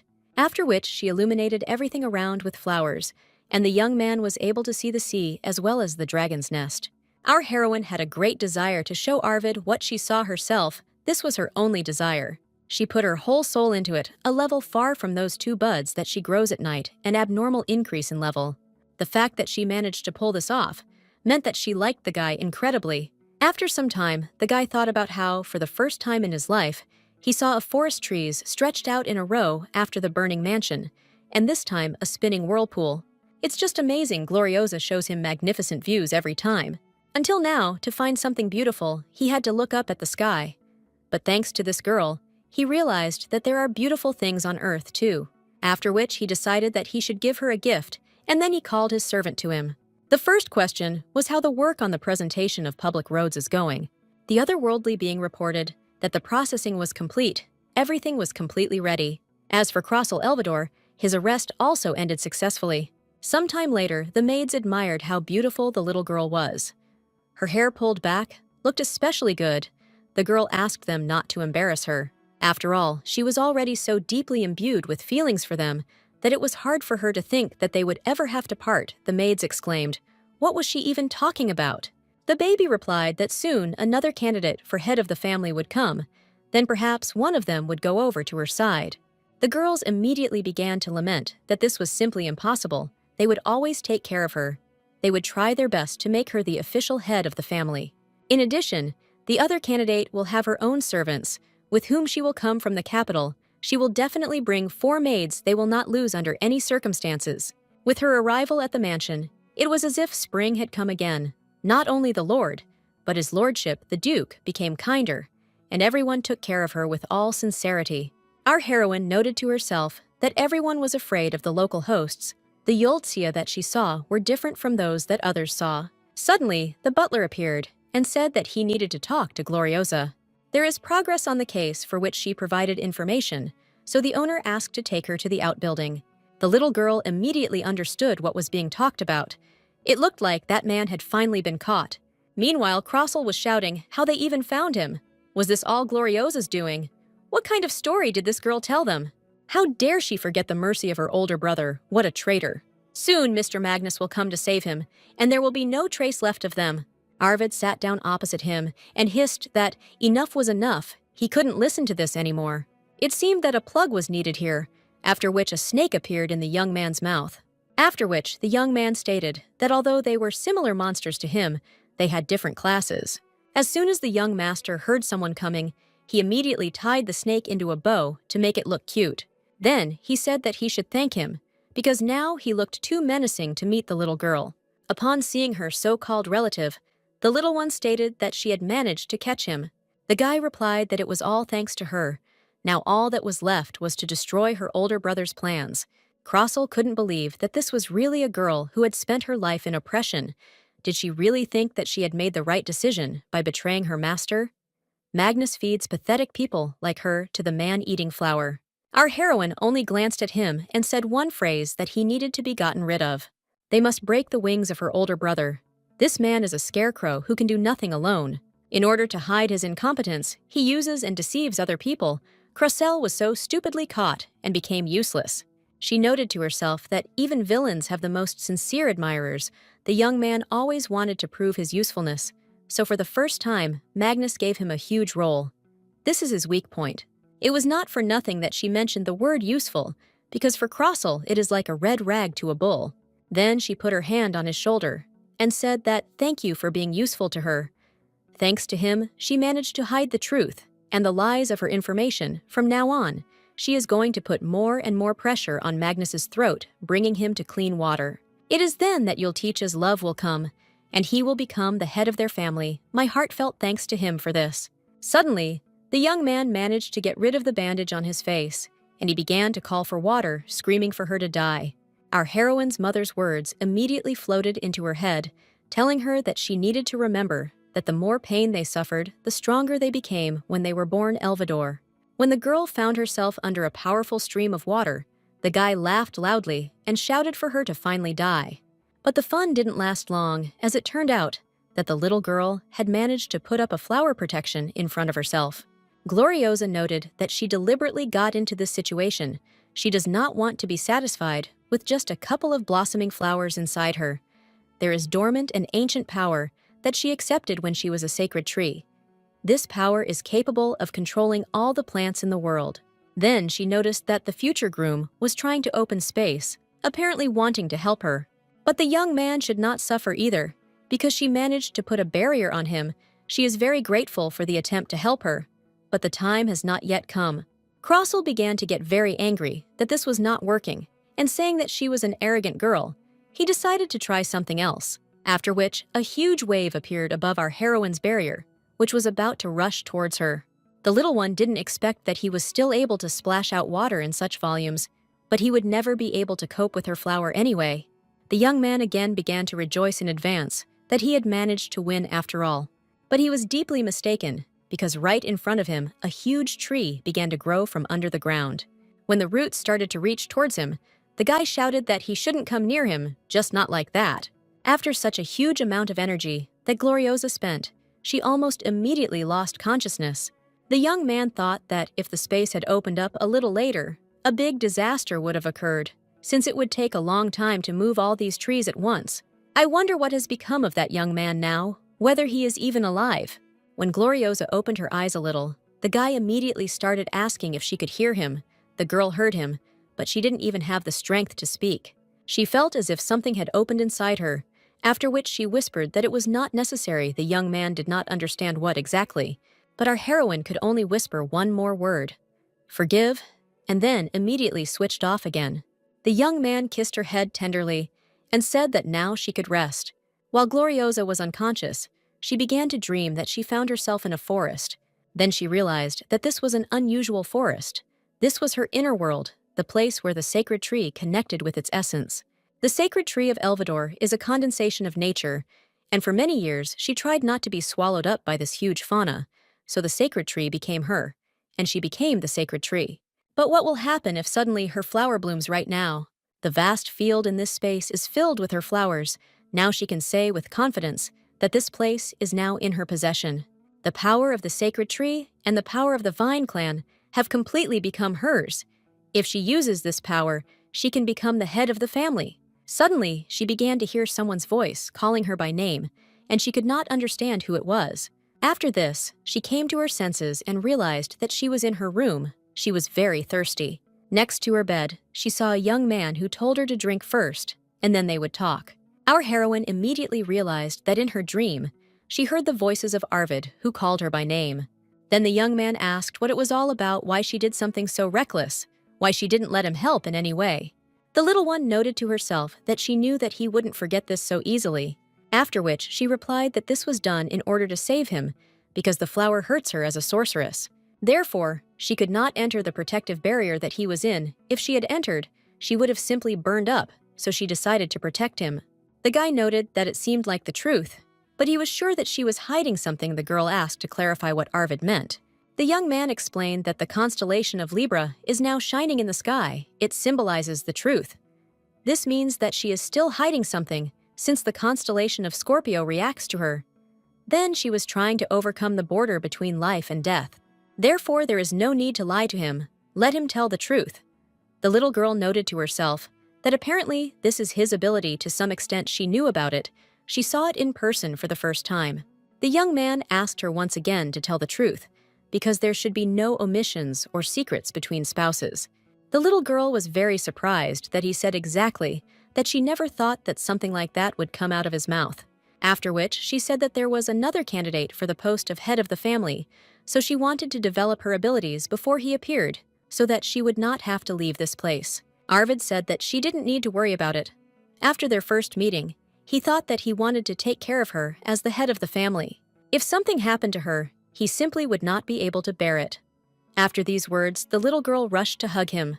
She asked the young man for forgiveness, and he said that it was fine, but they should promise not to do it again. Meanwhile, Magnus was freaking out about how this man dared to ruin his business. The guy lost the contract with all the famous people who are engaged in construction. He doesn't even know where Crossel is, who went to a neutral area. Only Yultitia are the only ones who could take such a step, but it is not so easy to find out what is happening in Hooks. Is the little sister involved in this? Although it's just funny, isn't this girl mentally retarded? It can't be otherwise. After all, it was he who made her that way. She was always like a doll that would not dare to resist or rebel. I wonder since when the little girl deceived him. He just can't believe that this stupid girl was playing with him, Magnus Elvador. Suddenly, the voice of the regent's subordinate and his assistant Ellet was heard saying that it was enough, he needed to calm down. The young man shouted, "How can he calm down?" Because this girl had teamed up with Yultitia, and they had gotten around him. The most annoying thing is that this feeble-minded Arvid knows perfectly well about his secret. The subordinate took him by the hand and said that if he did not want to reveal this secret, then he should stop right now, after which he added that the regent had called him to her. It dawned on the young man that Octavia was still his ally, so he ordered a carriage to be prepared for him immediately. On the way, the guy thought that it shouldn't be like this. He needed the regent to need him even more. He needed to look more beautiful and seductive. This will happen if the young man manages to avoid and replace that very prediction. As a child, his father declared that he would be ugly, dried up by the one he himself would give birth to, that what he desired would never fall into their hands, he would not be able to absorb even the flower close to him. Glory will belong only to the one who gave it a name. The flame can only be stolen by soft words and attitude. Then he began to shake with anger again, because he should have killed this girl much earlier. To prove that the prophecy was wrong, he made the mistake of trying to convince himself that the girl's flowers were useless. It is very difficult for him to restrain himself. Right now, he wants to catch her and kill her, catch her and tear her to pieces. The assistant reminded him that they would be arriving soon, so please let him mind his manners. Especially, he should never show her that expression distorted with anger. Magnus noted to himself that yes, he needed to control himself, because he still had a trump card for this. He had to continue to listen to the words of the regent. Upon seeing the young man, the regent of the Central Imperial House of Galaxy Octavia told her cute fox to come closer to her. The young man said that he couldn't believe that she wanted to see him at such a difficult time. For him, he was very happy. The young man cried bitterly because he missed her very much. The girl noted that today, he only said nice things. Magnus thought to himself that no matter how you look at it, the empire was in her hands only with the help of the saying that his father told him could she cancel the prophecy. To do this, he needs to become the husband of this woman. He needs to get permission to use the ring. The next day, our heroine asked if she could really take care of the garden at her own discretion. The man said that she could just give him instructions, and he would do everything. Helbert will follow the instructions of the ancestors who were outstanding gardeners. Although the garden is now in poor condition, the garden that his ancestors tended was magnificent and beautiful, and his grandparents also built the current imperial garden. Gloriosa then asked what had happened to this garden, that it was in such a deplorable state. The man replied that, to be honest, the plants began to die after the death of the previous owner. She was none other than the young master's own mother. The butler tried to save him, but no matter how much he cared for them, it was all useless since the plants themselves rejected water and nutrients. The little girl seemed to begin to understand what was wrong, so she said she thought she could save him. All the plants around are weak and drooping. Everything is dried up, and the bushes do not bear fruit. She would prefer to pull them out and grow new ones. The man asked if they could start by redividing the zones by type. The girl replied that she didn't want to divide into zones. It would feel like she was cutting the earth with a knife. She will create a beautiful garden that will match Yulticha. At first, she thought it was a complete mess, but that was just her arrogance. You just need to feed the soil a little. It's okay if they are not as beautiful as others. It's normal to grow next to flowers. They all must have loved their previous owner. That's why they must have been so sad they missed her after she left. They must have not wanted to bloom and decorate this garden anymore after that. But please let them not fade. She wants them to ennoble this place again, so that they will again appear in the form in which we, the mistress, loved them. It was an amazing sight, but after her words, leaves and buds began to appear on the tree. Then the little girl heard the tree say that it was so bad, it was very lonely, let it love them. The butler could not believe his eyes, but the plants began to absorb the water. The plants that seemed to no longer want to live began to bloom again. All this happened thanks to a miracle that this little lady created with her own hands. Suddenly, the little girl began to lose consciousness, and the tree quickly picked her up. The man became very scared and ran towards her. He thought to himself, how is this even possible? Is it really possible to love nature so much? Then he realized that the girl didn't feel sick. She just fell asleep, and in her sleep she was smiling widely. I wonder if anyone from Elvador knows about this lady's ability. Maybe that's why she was so careful. When the maid came out to meet him, the butler said that it seemed she had been overworked and had fallen asleep. He thought to himself that from today on, he didn't need any gardening tools. The garden itself would become better and better. First of all, he needed to tell the owner about today's work. After some time, when the baby came to, she noted that it was dark around. Did she really miss dinner? How could this happen? Because they cook so well in this estate. How could she sleep through it? Therefore, she decided to at least go get a drink of water, let everyone forgive her, whom she might accidentally wake up. When she turned the corner, she saw a young man sleeping on the sofa and could not understand what he was doing there. After which, she sat down next to him and muttered out loud that, frankly speaking, she missed him. Then I realized that it was probably unnecessary to talk about it here, so I decided to at least cover it up. Suddenly, the young man grabbed our heroine by the hand and she screamed in surprise. Arvid greeted her and asked if she had slept well since she had been resting for a long time. Sometime later, when the guy was sitting opposite her, our heroine sat and thought about when this had happened. She remembers bumping into him while he was sleeping on the couch and asking him what he was doing there. The young man said that he was waiting for her here to do something for her. Let her wait a little. Then a maid appeared with a basin of water, and after that, he suddenly sat down to wash her feet. Gloriosa was very embarrassed, so she said that she could wash it herself, but the young man objected that he wanted to do it for her. Such is the tradition. It is the husband's privilege to wash the feet of his hard-working wife before going to bed after a hard day's work, so no maid can wash her mistress's feet. The little one thought that no one really washed her feet. It turns out that it was because of marital tradition. When Arvid finished, he asked how about a snack like oatmeal or pudding. The girl replied that it was almost morning, so she would just sleep and eat after she woke up. When asked if he was going to go back to his room, the guy replied that no, he was going to sleep on the couch. He wants to sleep, feeling her presence. There is nothing strange about it because this is his room. It dawned on the little girl that she had been living in his room all this time. No wonder it seemed too big to her. The guy said that he would soon prepare a suitable room for her. He called the best merchant, so they did not have time to do everything earlier. When he comes, she can choose and arrange the room as she wants, regardless of money. But the little one couldn't get out of her head that she had been sleeping in his bed all this time. When the young gentleman took her hand and asked if everything was okay, the girl blushed even more and flowers appeared around her. Gloriosa began to get nervous and asked them to disappear quickly, but nothing worked. The young man smiled and said that she was all blushing as he thought the little girl looked like Venus.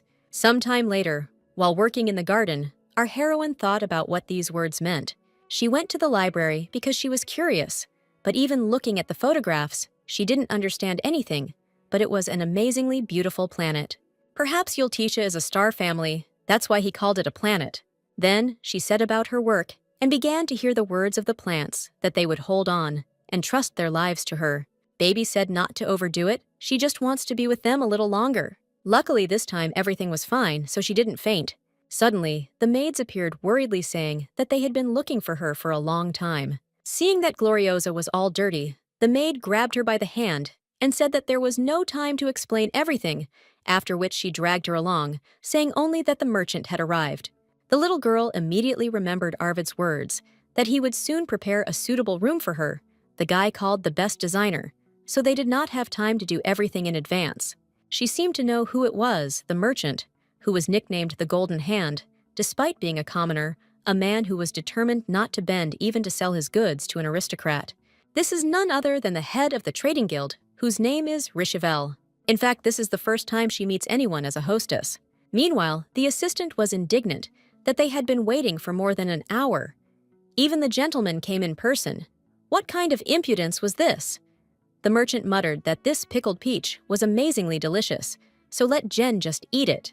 The guy tried to object that the gentleman himself says that time is money, but the young man decided to shut him up and quickly treated him to a peach. Then he added that he was very interested in what kind of person this was, who was a candidate for the role of mistress of the Yultisha house. He noted to himself that most people are afraid of Magnus Elvador. He is ruthless and also has a bad character, although in his experience, he is nothing.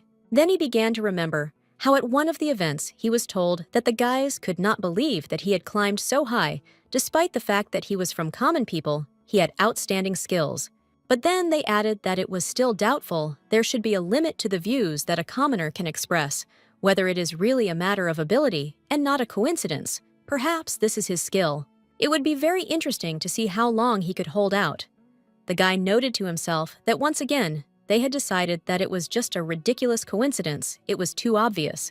It would be good if something new was said. Do they have no imagination at all? They could find fault with something else, instead of discussing its origin. Suddenly, a female voice was heard, saying that she had also heard a lot about Mr. Renault. They say that he travels all over the world and brings with him only the highest quality things personally selected by him. The woman thinks that this is much better than their aristocrats, who only go to parties, or she is wrong.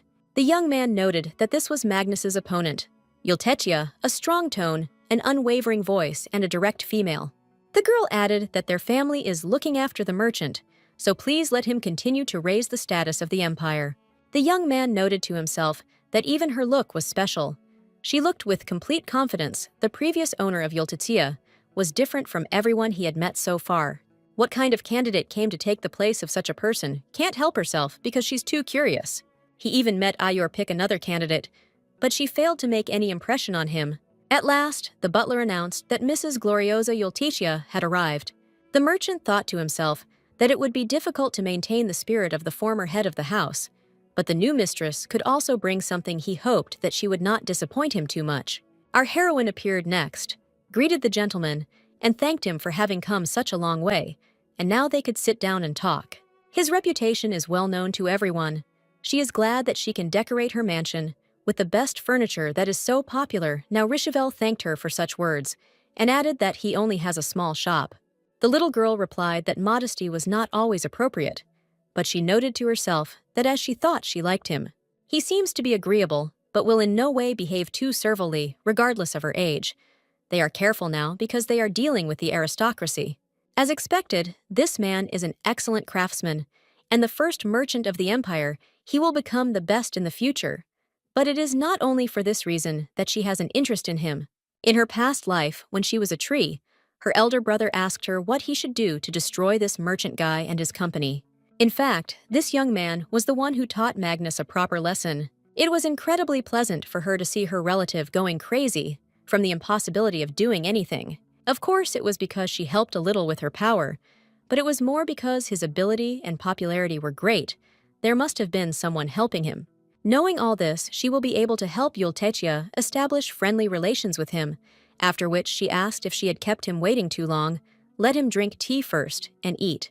This is apple tea with cinnamon, which relieves fatigue. She also tried making nut cookies and cherry canapes. Jen whispered that even if she was a noble lady, a child was a child, and her tastes were the same.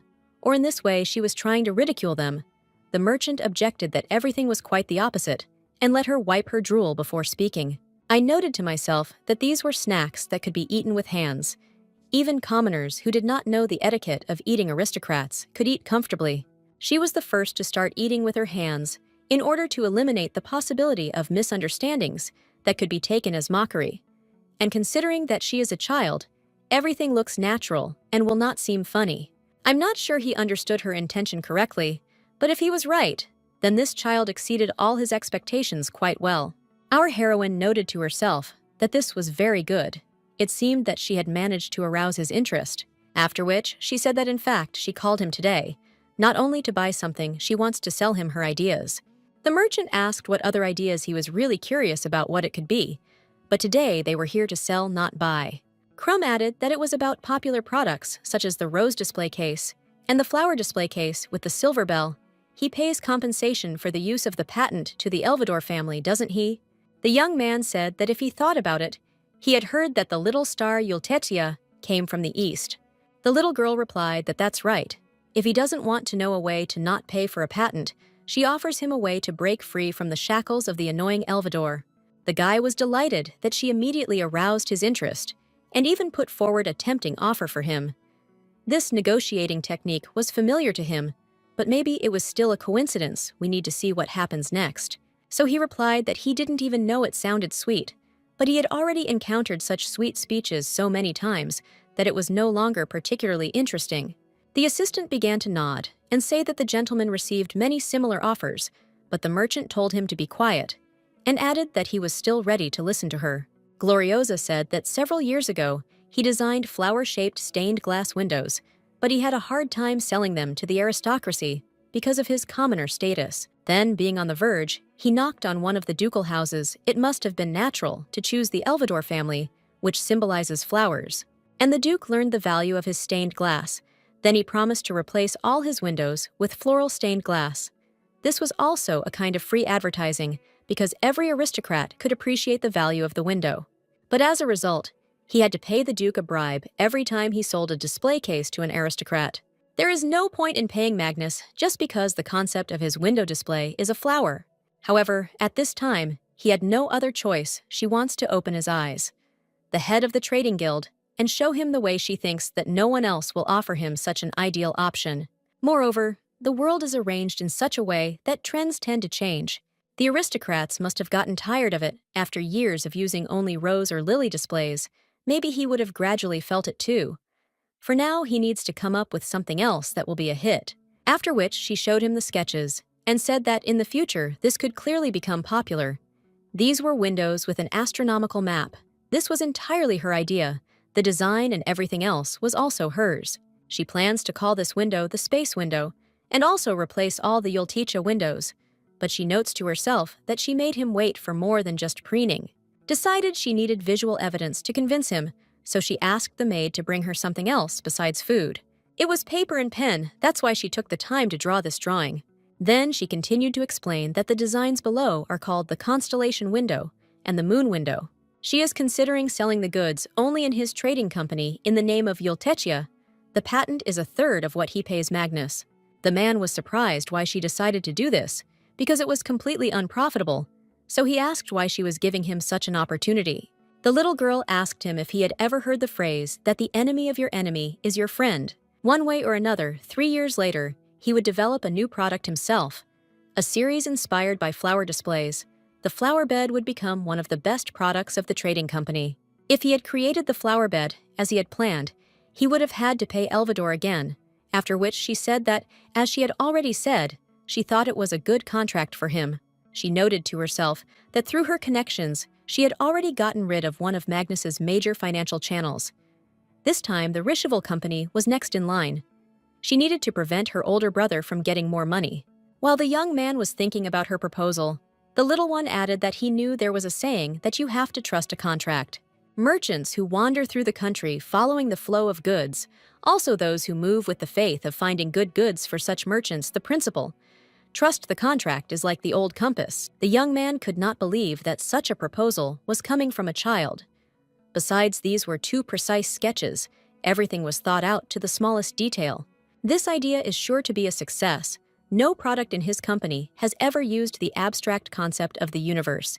In its design, a proposal from a man who knows exactly what he is doing. After which he replied that, okay, they would first make a prototype of the item she ordered. Then you need to check the product, then sign the contract and get another design. Our heroine replied that she agreed. The merchant noted to himself that she seemed too calm, despite the fact that she had made a deal of such magnitude. He just can't believe that there's a child sitting in front of him, after which he asks what products she'd like to order. The assistant immediately approached her and placed a large catalog on the table. Gloriosa objected that the prices in this catalog were simply ridiculous. Let them bring her the appropriate one, then they would talk about other goods. Rishival admired that this one was created to collect 20% more from the aristocrats. But she immediately understood everything. It's just amazing. The young man laughed so much that tears even flowed from his eyes.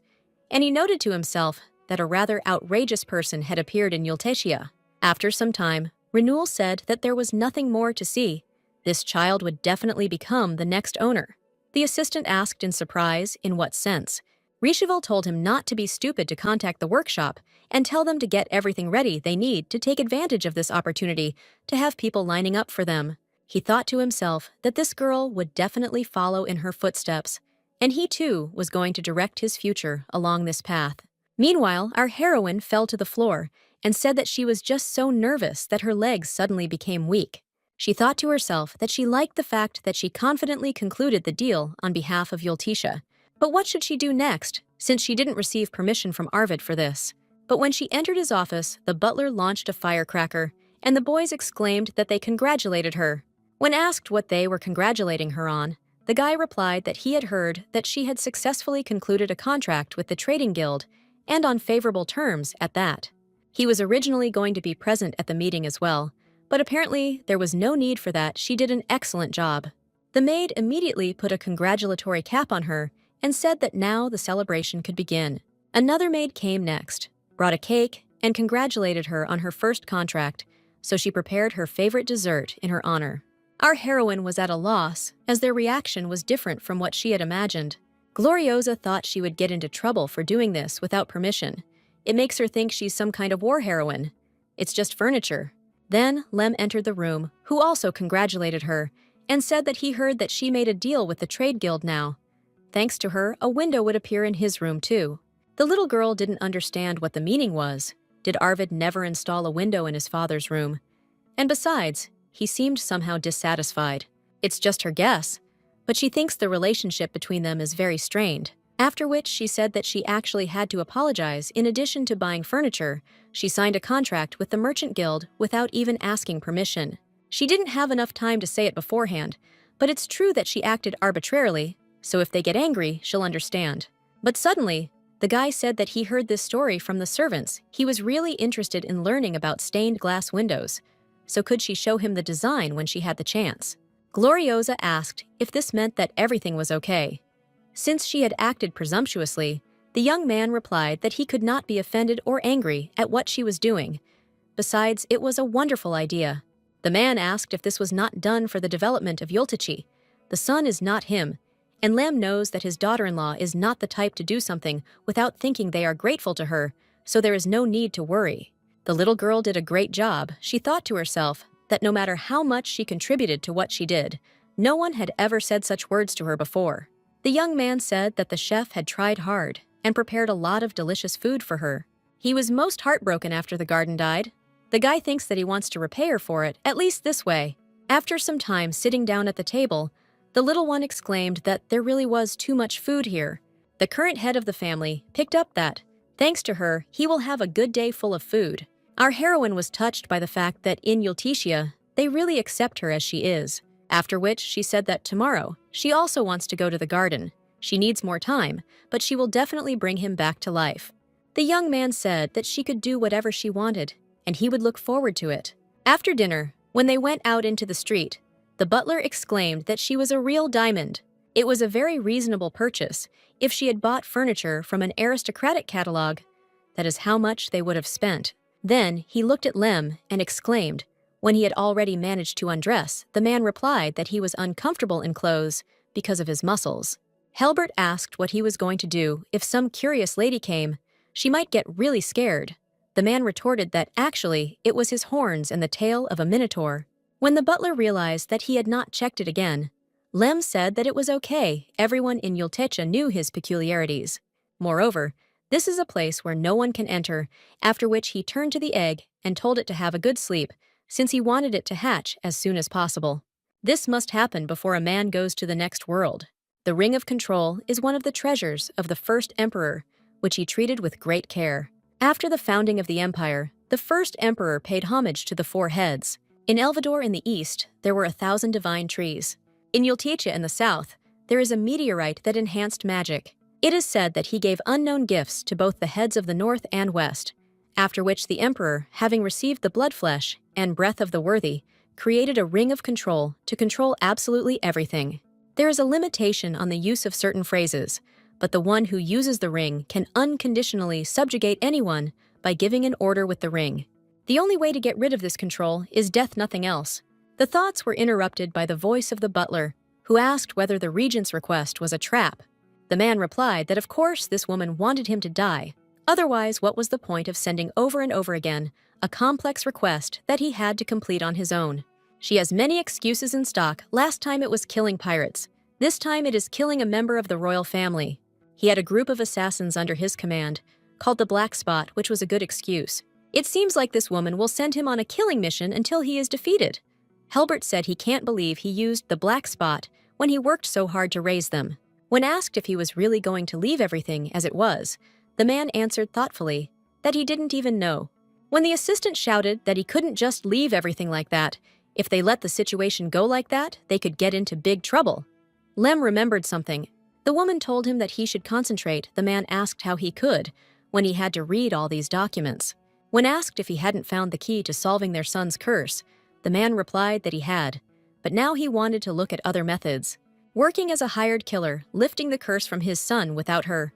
Everything seems boring and meaningless. He misses Grace very much. Then his attention was drawn to a window behind which there were a large number of trees. After which he asked whether there had always been so many palm trees outside.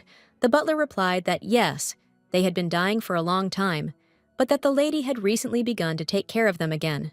Lem noted that she was doing quite well, since they could be seen even from here. Helbert said that the little lady possessed a truly mysterious power. The The man noted to himself that after her arrival, a lot of changes had definitely occurred. The son, who was depressed after his wife passed away, now looks cheerful.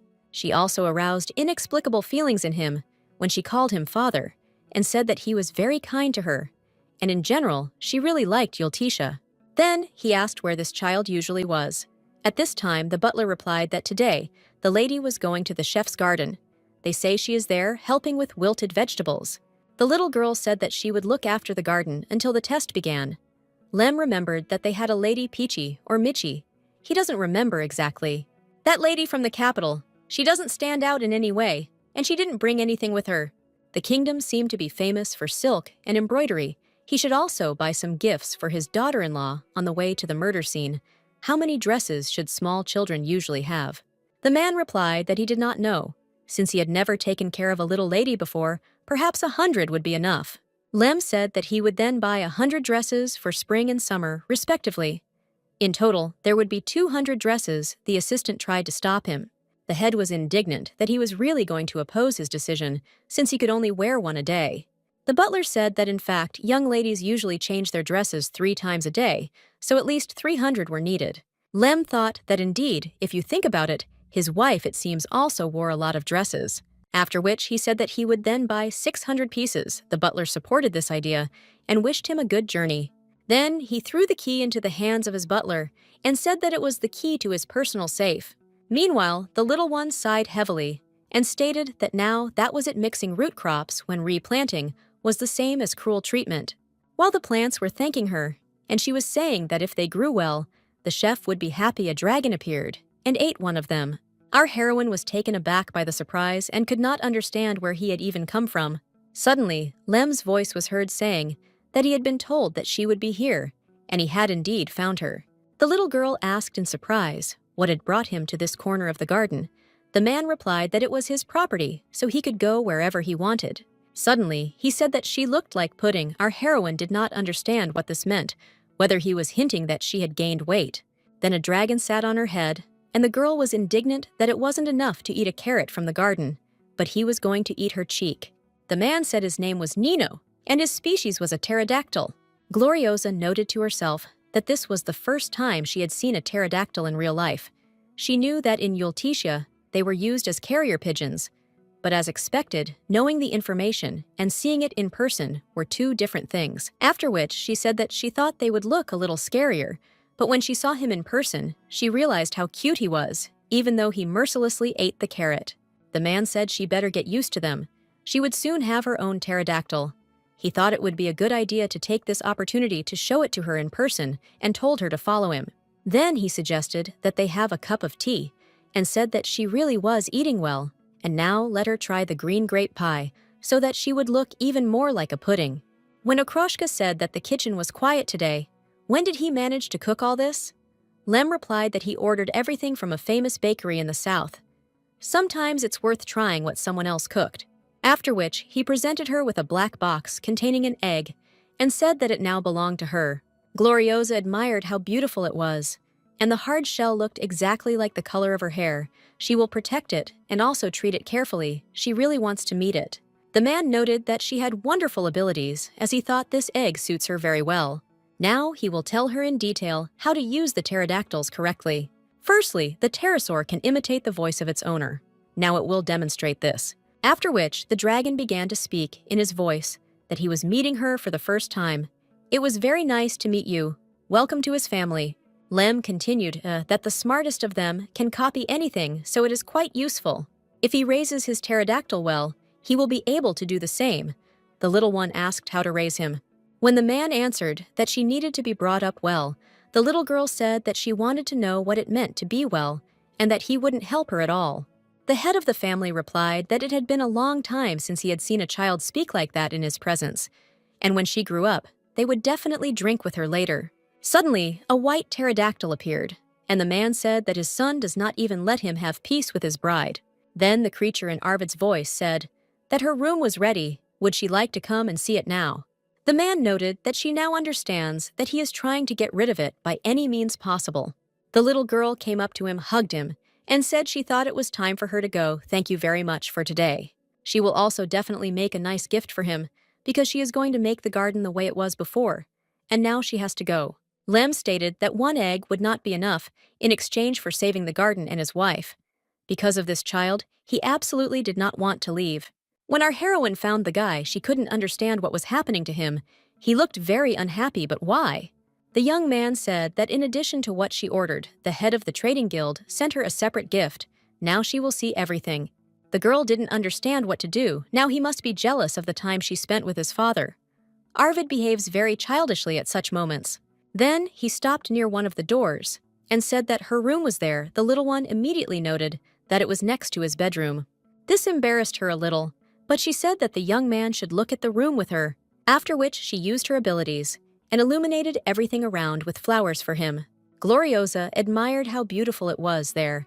There was also a flower bed, but she thought it would take a long time, but they prepared everything so quickly.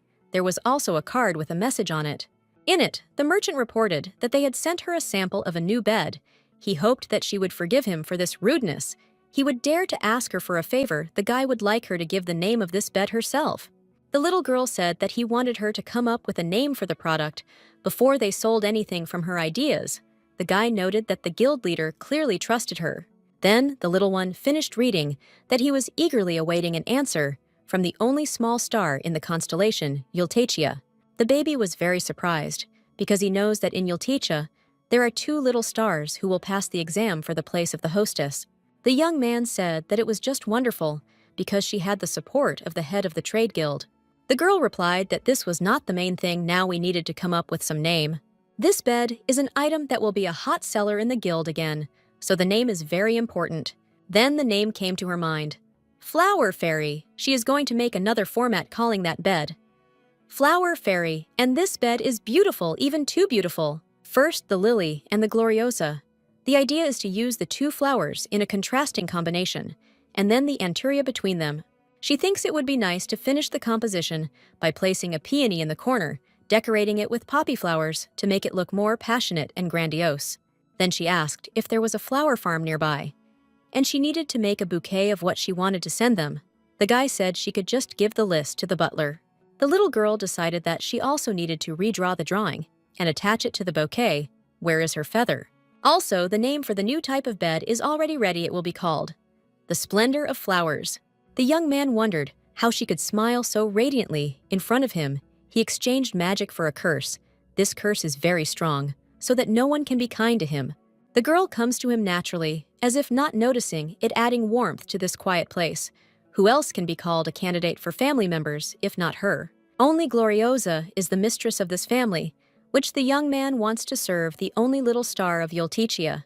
Meanwhile, the girls admired that she was such a charming lady, the only golden rose, the flower of the empire. One of them said that, come to think of it, she heard that the lady was leaving for the south soon, so why was she heading there? The woman said that her daughter was chosen as a candidate for the role of the mistress of Yultetia. She is embarrassed to say this, but she is sure that she will succeed because the girl carefully studied the entire history of the South since childhood. All those present supported her and said that, of course, the lady would definitely become the hostess. She was the only one worthy of this place. Ayer Pick, the daughter of the Marquis and the niece of the current regent, a charming daughter of an important aristocratic family. Her life was as beautiful as her face. Wherever she went, she was accompanied by a knight. Even when she bought a hat, the owner of the establishment bowed low to her. Thanks to her innate angelic appearance, she was able to easily win the sympathy of many people. But that was not all. One day, a guest tearfully asked her for forgiveness for ruining her box, and said that her mother would definitely make up for it. But the girl took her hand and said that everything was okay, because she hadn't hurt herself on purpose. Suddenly, one of those present said that there were rumors that Lord Yultetia was already married. As they know, her husband is at the royal palace. He overheard the conversation between the Minister of the Interior and the Chancellor. Ayer noted to herself that if high-ranking officials were talking about this, then it meant that the rumors were not false. So what should she do now? The young man who is to become her husband cannot be so dissolute since she has behaved chastely until now. Suddenly, the woman stood up and said that today's tea party was over. She had a nice time. After a while, the little girl was crying on her lap and saying that it seemed she had lost. Mother asked her for forgiveness and said that she did not know that Lord Yultetia would take a mistress. The baby exclaimed that in addition to everything, his fiancée is the younger sister of the head of the Elvador family. What to do if she is a candidate for the post of head of the family? She earns points in advance. This is cheating. She noted to herself that she would not tolerate her life being a failure because of this, because she was a candidate for the role of head of the family. So why did Lord Yultisia make such a choice? Then it dawned on her that the unfortunate lord had lost his mother and was therefore wandering as he had not yet met Ayur. Therefore, she must go south and meet him. The woman muttered that it was quite possible tomorrow she would ask the regent about it. After some time, the butler stated that she had ordered flowers from a flower company to make a basket. The girl replied that yes, they had bought a lot, so she would give some to the others too. After which she asked where the attending physician's room was. The man answered that it was located in Istvan, but why did she suddenly need a doctor? Gloriosa explained that she received a lot of help from him, so she will give him a basket of flowers. Helbert muttered that someone was lucky this snake would receive a gift before him. Our heroine wondered why the people in this family were so jealous. After which she said that she would definitely make the next basket for him, so he shouldn't be offended. On the way, the girl thought about whether he was even there. This man tried harder for her than the others. When she arrived here, she really wanted to thank him. But when she approached his door, she saw that there was a sign hanging on it. Break. But suddenly, the door swung open, and the man said that it was not for nothing that he heard the sounds of footsteps that were similar to those of a squirrel. After which, the doctor stated that he knew it was her that something had happened, that she was unwell or something like that. Our heroine said that it was not about that she came to express gratitude for all this time. Here is a gift, a basket of flowers, and chamomile tea. Nix replied that he couldn't just pass by. This let her pass by. She'll like it as soon as she looks at it. Then he handed her a small box and said that it was a gift from him. Only it was a secret that he gave it to her. Then the man explained that this was his secret box of sweets. If you put them in your mouth and wash them down with tea, it will be very sweet. This is an old tradition of the South candies, with the taste of salt. Without any special smell, they also add nabat made from fruit juice and honey, very tasty with tea. After which he made her some tea, and said that first she should try biting into one candy and then take a sip. When the little girl did everything as he said, she was a little surprised, although sweet but a little bitter. The man reported that the alarm is also eaten in this way. After being immersed in water, it is stirred and eaten. The sweet taste of the alarm can be added to aromatic tea and drunk. Gloriosa couldn't stop wondering how tea with candies would taste so good. It would be great if more people knew about it. This is a specific food culture of the region. The cultures of the East and South are very different. If different people get to know each other, it will be fun. The doctor wondered why she was so smart at such a young age, and the girl thought to herself that if she had the chance, she should try to create a suitable candy with a distinct aroma for every tea. Suddenly, the man asked her if she had met the butler on the way, and if she had said that she was going to give him a gift. When our heroine answered that she had met him, Nix came to the conclusion that this jealous man was clearly very offended. It was worth watching, so he would go and tease him a little later. After which, he added that he wanted to tell her something interesting, that many special creatures live in Yultechia, and finding them would be another joy of this place. The little girl exclaimed that it was very curious, could he tell her more about it, but the doctor objected that then it would not be fun. After some time, the little girl complained to her fiancé that it was mean of the doctor not to continue telling her everything since she was interested. Then she asked if he could give her a little hint. The guy replied that he didn't know. In his opinion, it would also be more fun if she found them herself. Gloriosa decided to change the subject and asked why he didn't ask her about anything she had promised to tell him about the sacred object of every family. Wasn't this information important to him? Unexpectedly, the young man replied that he was curious about something else. On the day they first met, how did she know that he would appear there and wait for him? And also, how did she know that he was interested in sacred objects? The little girl noted to herself that there was nothing to worry about, because she had expected this question from him. Therefore, she replied that the story of the Yultechia family, being cursed by the first emperor, had long been known. She thought that Arvid wanted to find the tree and find a clue to dispel the curse. She assumed that since he had no information, then when he heard the word tree, the forest would come to mind, so he would go there since her goal then was to meet him and escape from Elvador. That was the reason she went there. She noted to herself that she wouldn't tell him that she had returned to the past.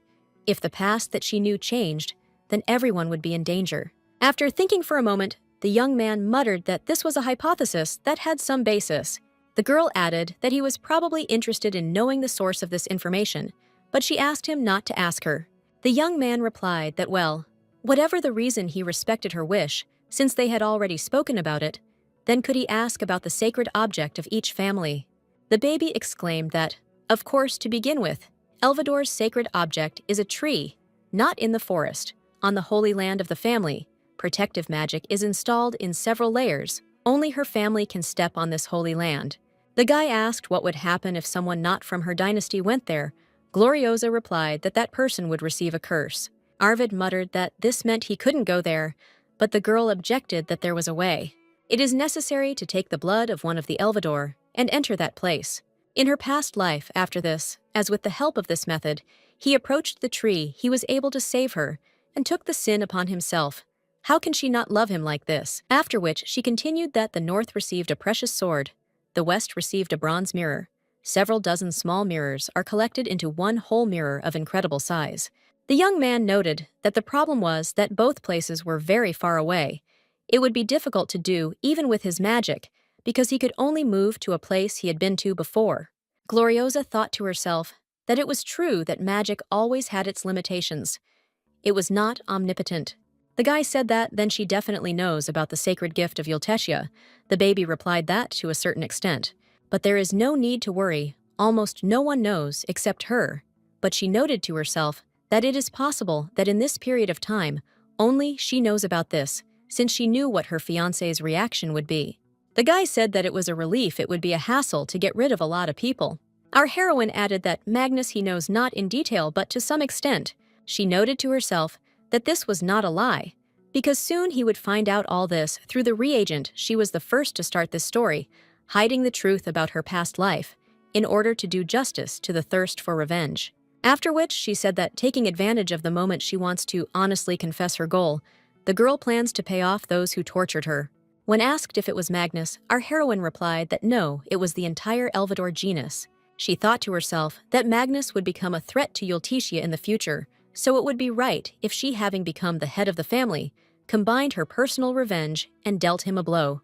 She didn't know if Arvid would like her after that, but suddenly the young man smiled and asked her to make her face simpler, and said that such a frightening expression didn't suit her. The guy will follow her no matter what goal she chooses, so he doesn't have to worry. The little girl was at a loss at first, but then thanked him wholeheartedly and said that she was curious about something too. Arvid replied that she could ask about anything. Our heroine added that this is about becoming the head of the family, how the test was carried out before under the previous head of the family. The young man replied that 3 tests had been arranged for his mother and her rival, Catherine McDavel. The most difficult of them was the last one, to save a starving village with 3 fish and 5 loaves of bread.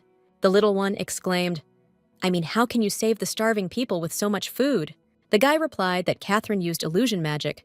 While people were getting food from other places, she paralyzed their minds and made them lose their hunger. Gloriosa muttered that this was a deception. If you hide something like this, then people still won't be full. The groom replied that yes, she was just pretending that it was hard for her to look at the starving people. The girl was also a kind person in everyday life, but it is difficult to take the right measures in a critical situation.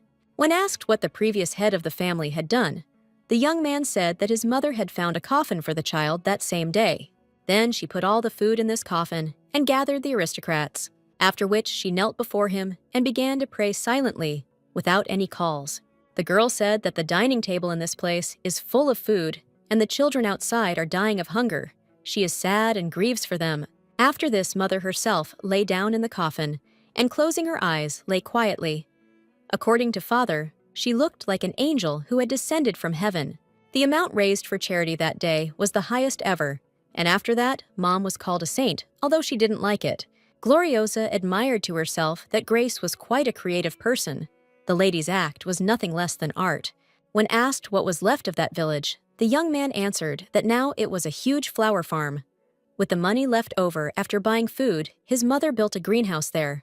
The patron spirit's request for salvation included the future of this village. Our heroine said that this was very cool, after which she asked if she could become like his mother. She thought to herself that the determination to kneel before others, regardless of status, and even the insight to see the future, the nobility that evokes emotions and touches the souls of others, could she be the same? Unexpectedly, the young man supported her and said that she would become a wonderful head of the family in the way that suits her. The little one thanked him and said that she hoped that her rival was also a wonderful person, so that this would be a pleasant experience. And she noted to herself that the feeling when he touched her hand that day remained for a long time. Meanwhile, Ayur happily showed some toy and said that she received it as a gift. Is there anything like that in the south? Leold von Galaxios, the young emperor, said that he did not know because there were many merchants living in the south. The girl replied that even if not everything was fine, she could invite them. If she did, everyone would come running from the capital. The young man looked out the window and thought that they were finally going to that very place, Yultechia, the source of his sin. Their thoughts were interrupted by the voice of a subordinate who looked into their carriage and said that they were ready to leave. The young man noted to himself that Sir Shan was one of the few masters of the sword of the empire. If he were a genius, then the regent would have kept him with her, but who would have known that he would be given to Ayur? However, it was not only this. The woman gave him a ring and said that if the girl wanted anything, she would fulfill her wish using this ring. It can do anything, and it knows better than anyone that with this ring, everything is possible. Who knows what Her Majesty the Regent is thinking? In any case, it doesn't matter. He wants only one thing, and that is grace. Finally, the young man will be able to sit Yultecha, which the girl loved so much. A little later, our heroine watched from the window as the servants bustled about and talked about the need to decorate everything and also tidy up the inside of the rooms. She thought about how everyone was working so hard, looking inspired, because of the upcoming welcoming ceremony for the candidates for the post of head of the house. Rishavel suddenly appeared and said that it was really impressive. You couldn't even tell that it was the mansion he saw last time. The girl noted that it had become a little more beautiful. The young man replied that yes, he had not thought that a garden in this place could blossom so much. Why did the maid bring him tea, and the little girl tell him to try the sweets that she had prepared personally? Gloriosa explained that these candies have flowers added to them, and in the form of a stick, they can be stirred into tea. It will slowly melt, and when you drink it all, flowers will remain at the bottom of the mug. The merchant noted that it was very poetic, and inventive flowers would bloom in the tea drunk. Taking a sip, the young man exclaimed that it was much more wonderful than he had imagined. The bitter tea and sweet fruit juice went well together. Gloriosa reported that she tried adding fresh flowers to a southern dessert called Nabat Rishavel, noted that he had heard of it, but tried it for the first time. Excellent harmony with flowers. The girl said that in that case, let her try again, and ordered the maid to bring more, please. These were the desserts she explored and changed during this time: violet candies, lily-shaped marshmallows, rose-shaped caramels, and chocolates containing fruit juice. There is also lemon powder. You can poke your finger into it and eat it while you eat a candy or alarm. After trying a little, the guy grimaced that it was very sour. The little girl laughed and said that it was not for adults, but for children. It was so that they could get used to flower candies from childhood. The man stated that at this rate it would be possible to open a business, and our heroine replied that she had already thought about it. She noted to herself that in order to stop the evil deeds of her older brother and snatch the charity business from him, there is something she must do first and foremost, and that is capital. After which she said that by putting these desserts into large-scale production, she would open a flower-themed candy store and sell them cheaply so that everyone could buy flower candies. However, she will make an expensive gift set of chocolates in the shape of a rose, and in each chocolate she will use a different fruit juice. The young man exclaimed that he understood perfectly what she was talking about. Then we could move on to discussing the agreement. She showed it to him, because she wants to use the guild's distribution network, right? The little girl replied that it was true, but not only for that reason. She is going to build a workshop in the poorest village under Yultecha and create jobs. He can take half of the share and do this business. Therefore, he wants to ask the question whether he will take up this enterprise with her, with equal shares as a colleague. The young man noted that she was always worthy of praise. Our heroine did not argue, and added that this was her advantage. Also, let the guy find out about the site for building a school dormitory. She is going to teach orphans and children who are bullied. She will make it so that they can work anywhere after graduating from school. The merchant asked why she decided to do this, whether it was out of aristocratic sympathy. Gloriosa replied that not at all. She is not free enough to sympathize with others. Her goal is revenge. She noted to herself that by extending a helping hand to them, she would select the geniuses she needed for revenge and make them her puppets. Let the elder brother watch. This is her way of managing power. She will not treat them like slaves, but will personally raise them. No matter what happens, the girl will become their protection, so that they will always be on her side. After which, she added that for starters, that was all you needed to know. She wouldn't act like the false aristocrat he despised so much. Richevel replied that he did not know what she had planned, but he trusted his fate to the little star, and therefore he would follow her order. The little girl thanked him, and noted to herself that she had most likely already acquired a reliable ally. Meanwhile, Arvid was thinking that the time would soon come for the meeting between Gloriosa and Richevel to end. Then the young man suddenly began to choke with a coughing fit, and he only had time to think about how tired he was of this curse. Hearing the doors start to open, the guy decided it was the maid and asked her to bring him some water, but it turned out to be our heroine who asked what happened. The guy objected that it was nothing special, since she had come. He should warn her so that the others could come later. The little girl said that if he suddenly needed something, he should definitely say so. Seeing a pile of documents on his desk, the little one asked if maybe she should grow flowers every day. But Arvid said that it was okay. It was dangerous to get used to the fact that the eyes began to see. It is enough as now to cover once a week, at most 3 times a week. But he noted to himself that he does not want Ryozi to discover this blood from coughing what to do. Therefore, I decided that I needed to distract her somehow, after which I stated that she was not properly acquainted with Vira. It turned out that this was the name of his little snow-white pterodactyl. Our heroine immediately decided to pet him, and noted that he was really very, very cute, purring like a kitten. The guy quickly began to put on his gloves and thought about what he was doing, so there was no one on this earth who didn't know about his curse, but he didn't want to show it to her. The baby noted that he is very big. Nino seems to be smaller in size. Arvid said that Nino is a crow. Vera is the size of a swan, so the difference will be big. The little girl said that she hopes that her pterodactyl will also grow big. She already really wants to hug and kiss Havai. This is the very name she will give to her soon-to-hatch pterosaur. She read in a book that if you call the egg by name and play songs for it, it will be useful, so she does it every day. The young man noted that this was simply amazing. He was absolutely sure that her pterodactyl would be very cute no matter what size. Then the young man stood up from the table and said that he had heard that the head of the trading guild had presented her with a gift. The girl replied that yes. He said he would send the hat and shoes tomorrow. It seemed he wanted to give them before the other candidate arrived. He said he would give a small gift to the star on her path to becoming the universe. Arvid took the box in his hands and said that if he hadn't prepared it earlier, he would have been jealous it was for the candidate's welcoming ceremony. He wanted to give it to the very first one. When our heroine opened the box, she saw a beautiful necklace and admired it, but it looked like a treasure. Could she even accept it? The young man noted to himself that this necklace was 5,000 years old, of course. This treasure silence, in the density, the first king of the now-disappeared kingdom made it and gave it to his only queen. He did not think of anyone but Gloriosa as his wife. This will also be a sure sign of his intention for Ayurpik. Our heroine had mixed feelings, so she muttered that it was really too precious a gift for her. Arvid said that if it was a burden, then he should consider it an expression of gratitude, since thanks to her, Yultichia had established a strong connection with the trade guild. And also on the day when they cannot see each other, let him think about him looking at this necklace. The little girl immediately rushed to hug him and said that she would definitely do so. Some time later, the maids were at an intervention, as they did not know what to do with this necklace. We need to think about this together, how to tell the lady about this. In the fashion industry, there is a certain trend. A beautiful necklace is matched with a suitable hat, then a dress that matches them, mesh gloves, a summer scarf, and so on. In addition to this, a variety of accessories are needed. But their mistress's wardrobe was at an end. Only those things that she had already worn remained in it. And besides, this necklace was very unusual. The little one has nothing else to wear. These things were bought by the butler, who showed attention, but he never cared about the lady, so he does not know how quickly girls her age grow up. Summer has come, and all the dresses have become too small. Their mistress is like an angel, you just have to dress her in something. Therefore, it is necessary to go to Arvid. If everything is left as is, then the lady will be strongly compared with her rival.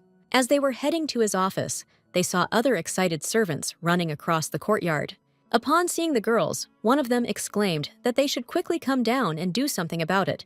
There was complete chaos outside now. After a while, the little girl asked if these were all the gifts sent by Mr. Lem.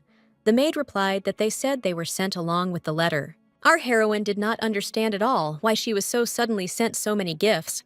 The letter said that the man had heard that the day was near when another candidate would arrive. He's too lazy to choose, so they'll send him everything that's in the clothing store, let him make Arvid wear what she likes. Gloriosa was very grateful to him, but this was too much. But for some reason, everyone around looked happy thanks to the gentleman. For the next few years, you definitely don't need to worry about clothes. You need to keep the postcard in the house that Mr. Lem built. Suddenly, a knight appeared shouting that another misfortune had happened, and several more carriages with things arrived. A huge column of carriages will soon emerge from the mansion. The guy noted that each carriage had a flag of the Merchant Guild hanging on it. It looked like these were gifts for her. After all, Gloriosa thought to herself that Rewound had said that he would only send a few pairs of shoes and dresses. Then the young man added that the Trade Guild also said that they sent a journalist and illustrator from Blue Blad Times. They want an interview with her. Can they be let through? This is a monthly magazine that is widely known not only in the Empire, but also abroad. With this interview, Rewound was going to announce and advertise the news that it had merged with Yultisia. In that case, she just had to take this chance, after which she said that they should all be let inside. Also, let them prepare luxurious and elegant snacks for the journalists. I thought to myself that tomorrow, on the cover of this magazine, people will see who is the candidate for the post of the next head of the Yultisia family. A little later, the journalist thought that, thanks to her insight, which she had developed as the illegitimate child of ruined aristocrats, she now had a premonition of something special. The maid warned that the mistress was a lady from the Elvador family, so they should mind their manners. Fenny was fully confident that the article she would write here would be simply an incredible report. When she entered the room, she bowed and thanked Gloriosa for agreeing to an interview today. Our heroine replied that there was no need to introduce herself so diligently. Her name is Gloriosa Yultisia. And what are their names? The girl admired that she had such incredible beauty, as if she came from another world.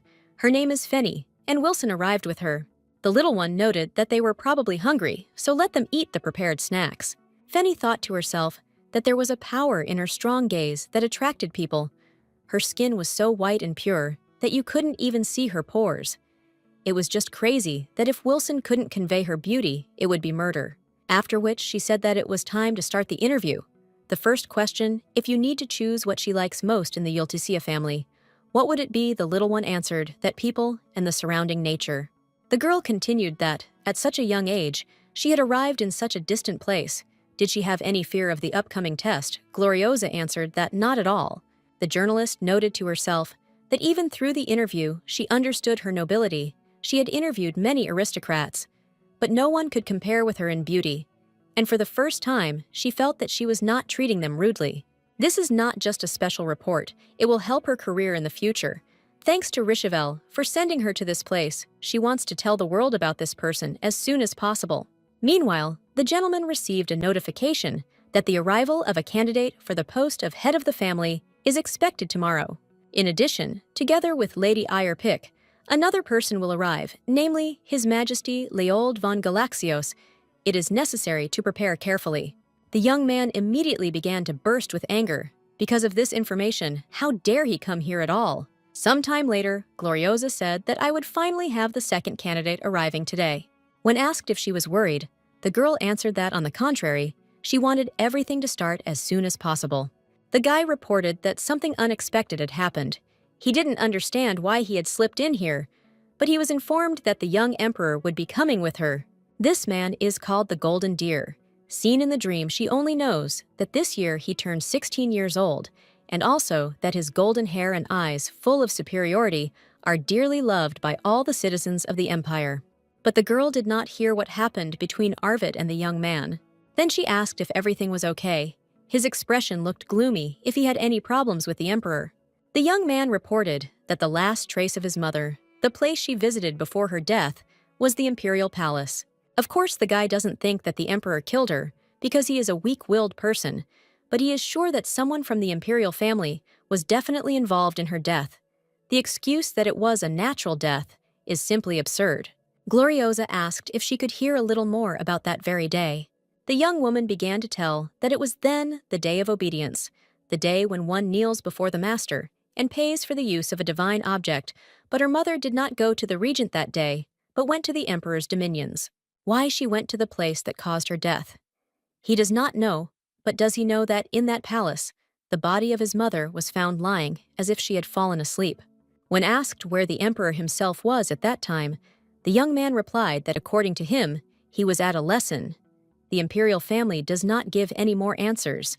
The little one said that then it is wonderful news that the emperor is coming here. This is the territory of Yultitia, not the imperial palace. This is their place. They have a great opportunity to corner him and then ask him what exactly happened that very day. The young man smiled and replied that this time too, she was showing him the right way. And now it's time to meet the guests, who they are not at all happy about. When Leold went outside, he noted that the sun's rays in Yultitia were quite scorching. When he saw Mr. Arvid, he said that they had not seen each other for a long time, and had almost forgotten his face. He wanted to visit this place so much that the former emperor said he missed it every time he told him about Yultitia. The guy retorted that he would tell his innermost thoughts later because he needed to meet another guest. Then Ayurpik appeared from the carriage, and Arvid greeted her. Suddenly, at a short distance from the gentleman, a shoe fell and flew off her foot. The girl exclaimed that she had asked the maid to pull out new shoes, as she wanted to go down in them, but one had fallen. Would he help her? The young man understood perfectly well what she had in mind, so he began to walk in her direction, and as if by accident, stepped on a shoe. Leold laughed, and said that it seemed that the lord was confused at their first meeting, as she was too active. This is all very sweet, but for today, this is enough. After all, this is their first meeting. He will let her go, so let her calm down. The young man noted to himself that he knew that the fact that she was not wearing shoes was a complete lie. Ayer wanted to see him put the shoe on her as a sign that the head of the family bowed before her. However, something else is much more annoying than her impudent actions. The fact that the emperor is overprotective of her. He acted in such a way that the girl would be disgraced in this situation, but due to the intervention of the emperor, the situation was resolved. Although he is called the Empty Emperor, it is quite unusual for an ordinary lady to call him by his name so calmly. Then, Leold said that he was dying of hunger. Could he eat something simple before the banquet? The young man replied that yes, he would inform the butler about this, and they would see each other in the evening. He noted to himself that the emperor would definitely become a hindrance to him, and very soon he would meet Gloriosa. I really want to send him to the next world so that he becomes a ghost, but I need to control myself. Otherwise, due to the influence of ghosts, all the plants will dry up. The girl who diligently took care of the garden will be sad. There is nothing left to do but find another way, and today is only the first day. He is so curious how terrifying everything will be next.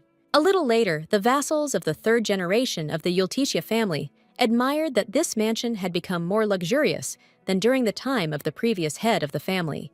Count Oven, the head of the merchant guild, noted that it looked like they had spent a lot of money to have decorated everything inside with so many flowers. Count Dalvini, head of the Association of Artists, exclaimed that everything around was excellent. This sense of color, the red flowers decorating each column, isn't this art? Count Briccardi only muttered sullenly that everything was really beautiful. The man noted that by the way they say that the atmosphere of the two candidates is completely different.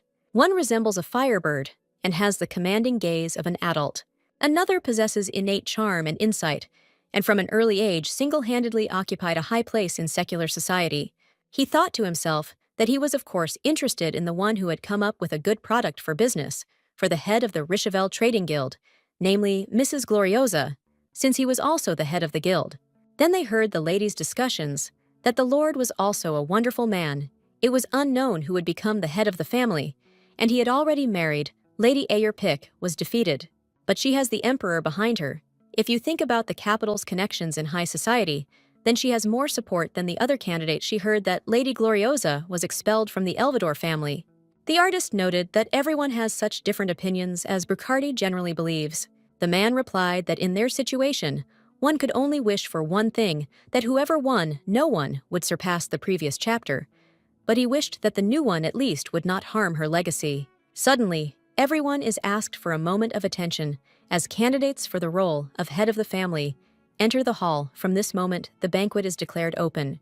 A few hours ago, our heroine was thinking about how she had seen everything perfectly from the window, namely Arvid's first meeting with the two guests and the actions of the emperor. The little girl has already managed to draw her own conclusion, and Ayurpik is not only not kind, but also correspondingly greedy for the position of head of the family. Although the rival said that she was very glad that they met before the banquet, she is not as simple as she seems at first glance. Meanwhile, the second candidate called her maid named Na and said, "Come closer." Our heroine was very surprised that this could really be the same famous villainess who would become the emperor's beloved in the future. It turns out that before all this, she was Ayor's servant. It's really shocking. Her outfit is much more nondescript than in the past, and her facial expression is gloomy, so I didn't even recognize her. The maid handed her a small box and said that it was a gift from the head of the Elvador family. The little girl felt as if she was struck by electricity. What had her older brother prepared for her? And most importantly, why? Pick smiled sweetly and asked to be sure to tell the head of the family that she had successfully passed it on to her. Gloriosa thought she had already overcome it, but her body immediately reacted at the mention of the name Magnus. She did not want to accept this gift, but told the maid to accept it and thank her instead. After which, she added that the lady was very busy, so she would leave. First, Ayor shouted after her that she was very cold. The second candidate had given her the gift with such difficulty, and she wouldn't even say anything. Then she ran up to her, hugged her, and said that it was okay. No matter how cold a person was, if Ayor came up to him and his heart would open, she would change her unkind nature. The little one noted to herself that she was behaving as if the problem was in her, as if she was trying to re-educate her. Perhaps that was how she had lived until now. After which she turned around and said that if insult is her moral principle as a beauty, then artists will never stop painting her. When Pick asked her what she meant, Gloriosa replied that it was sad that she could not understand the meaning of her words, but she wished that in the future she would not have to meet guests from the kingdom of Genhil. The girl was indignant that she knew that Ayor did not speak the Genhil language, so that was why she was teasing him. But our heroine replied that of course no, this language is the basis of education, but it's okay if she doesn't speak it. But she noted to herself that she is perceptive, so she will understand if the little one says so. Gloriosa can teach her this language. It is her courtesy, so it will hurt her if she refuses. We need to respond to each other with sympathy for sympathy. Then it was announced loudly, so that everyone would pay attention, that candidates for the position of head of the family were entering the hall. Gloriosa noted to herself that there were a lot of guests. She learned the names, surnames, and characteristics of all 27 families who are devoted to Yultisha. Of course, Ayor did the same. Also, our heroine remembered their portraits, so she will be able to immediately recognize who is who. On that side are the Counts Ovendalvini and Brucardi. They must certainly remember it today. She is actually very concerned about the gift sent by her elder brother, but now she must focus on the banquet. The rival did not waste time, so she began to approach the guests and say that she was very glad to meet people from the south. Our heroine immediately stated that she had decided to act very actively from the very beginning, but her actions would be different. 2 more people have not arrived to the banquet, so it is not the time to start friendly conversations with strangers. It was immediately announced that a replacement for the post of head of the Yultetsia family would now appear, namely Arvid. Our heroine was very surprised that the young man appeared without a blindfold, and yet he is incredibly handsome. His eyes are too beautiful a color to be called simply red. The young man can see her perfectly well, because everything in the banquet hall is furnished with her flowers. It was then announced that the gentleman who possessed the blessing of the majestic deer was entering, namely His Highness the Emperor. When everyone started bowing to him, the guy said that they should straighten their backs and not have to observe etiquette too much. He then approached Arvid and said that the banquets in the south were indeed wonderful. Similar events in the imperial palace were incredibly boring. The youth thanked him skeptically, and he added that initially the banquets in this place were no different from the imperial ones until the red star of Yultisia appeared. Our heroine noted to herself that the young man says nice things about her in front of everyone. This will help her get a good rating from people. Ayor approached Leold and said what he was doing. How could he take the Lord of Yultetia for himself? The boy exclaimed that his charming cousin was bothering him. The girl was indignant that this was too much. The little girl noted to herself that in one moment she had taken the attention that was intended for her. Her experience of being at the top of high society was felt. On the one hand, it's charming, But on the other hand, it's very reckless.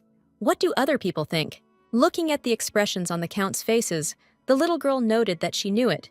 It seemed that these three did not consider her charming either. Ayur greeted the Lord and said that she would introduce herself formally again, then gave her name and asked him to take care of her in the future. When the boy noted that she had arrived just in time, the girl exclaimed that the Lord was glad to see her after all. Her brother noted that indeed, it seemed that they had become close in a short time. But suddenly, the young man turned around and wished them a pleasant evening.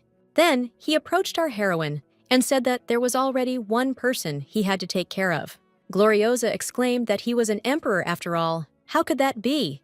The young man replied that everything was fine because he was on the territory of Yultecha, and if he wanted to live like a true emperor, he had to win his heart while he was in that place. The gentleman was not going to change his behavior, after which he extended his hand and asked if she would do him the honor of giving him her first dance. The little one smiled and replied that she would be happy to. The emperor said sarcastically, "What a surprise what to do now." But then he extended his hand to his cousin and asked her to dance with the emperor. The musicians were immediately ordered to start playing their instruments, and all the guests began to dance. Our heroine noted to herself that Ayur had already been attacked twice, and he had saved her. Leold is a man with the ability to diffuse an awkward situation. As I told Arvid, there is no point in swearing allegiance to a scarecrow without real power. But with such skill, this journey could be a chance for the emperor to capture the minds of the people of the south and increase his influence. But why did the regent allow the emperor to make such a journey? She must have decided that he would not be able to win the hearts of the people in this place. Without such confidence, it would have been impossible. Then she suddenly remembered the young man's words, that the last place his mother visited before her death was the emperor's palace, and she realized that he was definitely involved in her death. After which she said that she wanted to find out something from the emperor, whether she could quickly go to him. The guy replied that he was jealous, but would not dare to stop her. Since this was a welcoming banquet, the chance to approach the emperor was small if she missed the moment. Now she would have to request a meeting separately. At that time, he would already find a way to attack her. So at the moment, it's a great place to get to know each other. She knows the future, so she's in a better position. 884. In the year of the death of the previous emperor, the current one was only 1 year old. Because of this, the young ruler needed a reagent. 8885. Octavia changed her name to Octaviana, took this place, and gained power. Time passed, the emperor had already grown up, but the regent did not transfer power. Leold, who was unable to protest against this, seemed like a man who was seized by a weak spot and tied hand and foot. What if the reason is that the regent hid the emperor's mistake? The guy noted that the red star that decorated this banquet had come up. The little girl replied that he was overpraising her. Gloriosa Yultetia greets the noble reindeer. The banquet was able to flourish thanks to his participation. I noted to myself that now all attention was directed at them, as expected. Of course, since this is the first meeting between the emperor and the candidate for the post of head of the family from the southern side, it cannot but be a fascinating spectacle for them. The young man asked her if she knew what was needed for an interesting first meeting. I wonder if they can become a couple today or not. We need to find out. Our heroine asked how it was possible to become lovers so easily in an instant. The young man replied that this is how they behave in the capital. Gloriosa objected that it seemed that there were not yet sufficient friendly relations between them for such a thing. The young man noted that it seemed that he had been caught. Did it really look so careless, the little one noted to herself, that fortunately she knew very well what kind of people the emperor had a weakness for. A calm character, not hesitating in the face of danger, enjoying attack more than defense. A man who, instead of crying, laughs with his eyes and answers briefly. In order to reveal the secret about Lady Grace, she must become exactly such a person. After which she said that he speaks casually, but at the same time does not seem to be such a simple person as he looks. Leold replied that they say that the emperor's tongue is his weapon, and in the world, such a thing is considered impudence. The girl objected that he enjoys it. The guy can't punish our heroine and lose such fun. 7 years later, the emperor will bring a changed Na as his lover, and will stand by her side at official celebrations. The girl who became the emperor's beloved was a real apostate. The young man gradually changed her, or he could bring out her true appearance. It is possible that the emperor, together with Ayur, came to this place before the resurrection of Gloriosa. He and the maid definitely became lovers, After meeting here, can she use their relationship? After which, she asked a question about asking each other about things that interest them. In honor of the first meeting, the guy asked what to do if it was a difficult question. The girl answered that there would be 3 questions. Only one must be answered, the other 2 could be left unanswered. When asked what if he wasn't curious about her, the little one retorted, "That was it possible if it was true? Then why was he wasting his precious time talking to her?" The emperor laughed loudly and replied that, well, he would take part in this pleasant dispute since he was made to laugh. Then he asked what she was curious to know about him. Our heroine immediately asked point blank whether he had killed Mrs. Grace. It was only in her imagination she wants to ask him directly, but she can't. There is no more stupid thing to do in this situation than this. Then she said that, although they were in such a situation, could she become a friend to His Majesty? While the little one was wondering whether they were enemies or friends, and whether the emperor was the only one on Eyerpick's side, the boy replied that of course he had a magnanimous character. There is nothing more wonderful than meeting a new friend in a new place. He is going hunting in the Gatuza forest soon. How about going together? The girl replied that it was a wonderful offer, but she would refuse. She was afraid that she would become a hindrance since she had never hunted. Leold replied that there was no need to worry if she remembered that her brother was a skilled hunter. Then she would also quickly learn everything. The little girl noted to herself that she didn't want to learn this. Why should peaceful animals living in the forest lose their lives? Hunting isn't even slaughter for food, but just a simple pastime. The young man noted that judging by the expression on her face, she was clearly against hunting. There was also a fuss in the capital about problems with hunting. Several groups formed, claiming that women could hunt better than men, in response to which men's hunting groups increased in number. So an organization emerged that opposed hunting. It is a pity that now His Majesty does not know whether their friendship will be eternal if she does not like hunting. Ayur loves hunting, so she can't help but go. And she stated that she hates this activity. Our heroine stated that it seems that Lady Pick is one of the members of the Women Hunters Club. The young man replied that it was true that her mother, the Marquise, was standing in the vanguard and leading this club. Gloriosa said that now it was clear who she took after for being so brave, but she noted to herself that the splattered blood, the arrow that pierced the body, and the countless deaths, could she really enjoy that? Her mother was a kind person. Every year, she wandered through the cedar forest during the hatching season, worrying about whether the chicks had fallen out of the nest. Thinking about her, the little one does not want to side with the hunters. The thoughts were interrupted by the voice of the guy who said that now it was his turn to ask a question. He was not interested in anything, but a question had just arisen. We must assume that a man and a horse fell into the sea. Both of them cannot swim, and only she can save them. Who will she save first? Our heroine noted that this was mockery, but the young man objected that this was a question with a simple choice. The teacher often torments him with such questions. The little girl noted to herself that many people had gathered. There were more than 30 people there, and everyone was listening to her words. Therefore, her answer is the answer of a candidate for the post of head of the family. Her thinking and choice extends to all the possessions of Yulticha. The young man put her in a difficult situation and is waiting for an answer about what a bad hobby he has. After which she replied that she would first save the horse, firstly in Yultichia. Where she is the head of the family, there will always be a rescue squad on the seashore. Such a system will not fall apart. Secondly, for the safety of all, logs will be launched into the vast sea, and nets will be set up so that people can hold out. Even if the rescuers are late, people will be able to safely wait for help, but this is not why she will save the horse in the first place. She has a sensitive understanding with the owner. So many people consider horses as a friend or family member. Some wish that a precious friend would be saved before they are. Then she looked at the reactions of some people and noted to herself that she knew that many would consider this nonsense, but there were definitely those who would listen to her words. One of these people is none other than Count Brucardi. Even if 100 people laugh, she will remain satisfied if the count is on her side. Suddenly, the guy realized that it was like a fairy tale that a little child dreams of. Gloriosa noted to herself that he looked too pleased for someone who thought so. Perhaps he thought the same as she did.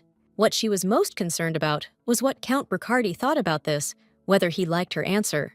There is nothing more important than to win over the 3 families of vassals Yulticia Dalvini, responsible for culture, art, and education, Brucardi, who leads the armed forces and ensures security, and also Oven, who represents the trade and business of this region. Among them, Brucardi was expected to become a master of the sword. Plus, he was Arvid's father's fencing teacher, so she wants to look dignified. Therefore, it will be very good if this man takes her side. Noticing out of the corner of her eye that Ayur was taking Arvid somewhere, the little one noted that she was up to something again. And the guy said that now it was her turn to ask a question again. Gloriosa came to her senses and said that indeed, after which she asked if he hated anyone. She noted to herself that in her case, it was the older brother. What did he put in the box that he passed on through the second candidate? Suddenly, the young man replied that yes, even at that moment he hated himself. Then he raised his finger to his lips and said that it seemed that today's conversation would have to end here. Suddenly, the butler's voice was heard asking for a moment of attention. Then he opened the box and said that this was the symbol of the head of the Yultasia family. He presents to everyone the tiara of the head of the family. 10 minutes ago, Ayur came up to Arvid and said that he really has beautiful eyes. Why does he walk around with them closed in everyday life? When the boy replied that if she looked closely, she would see that he was blind, the girl objected that he didn't look that way at all, and that he seemed to know who was where. The young man noted to himself that this was a funny provocation. She wanted to know if he had pretended not to see during their first meeting. After which he said that nothing could be done. It seemed that the lady had something to say, so he asked everyone to step aside. The girl was glad that they could finally have a safe conversation alone. She had been waiting for a moment like this.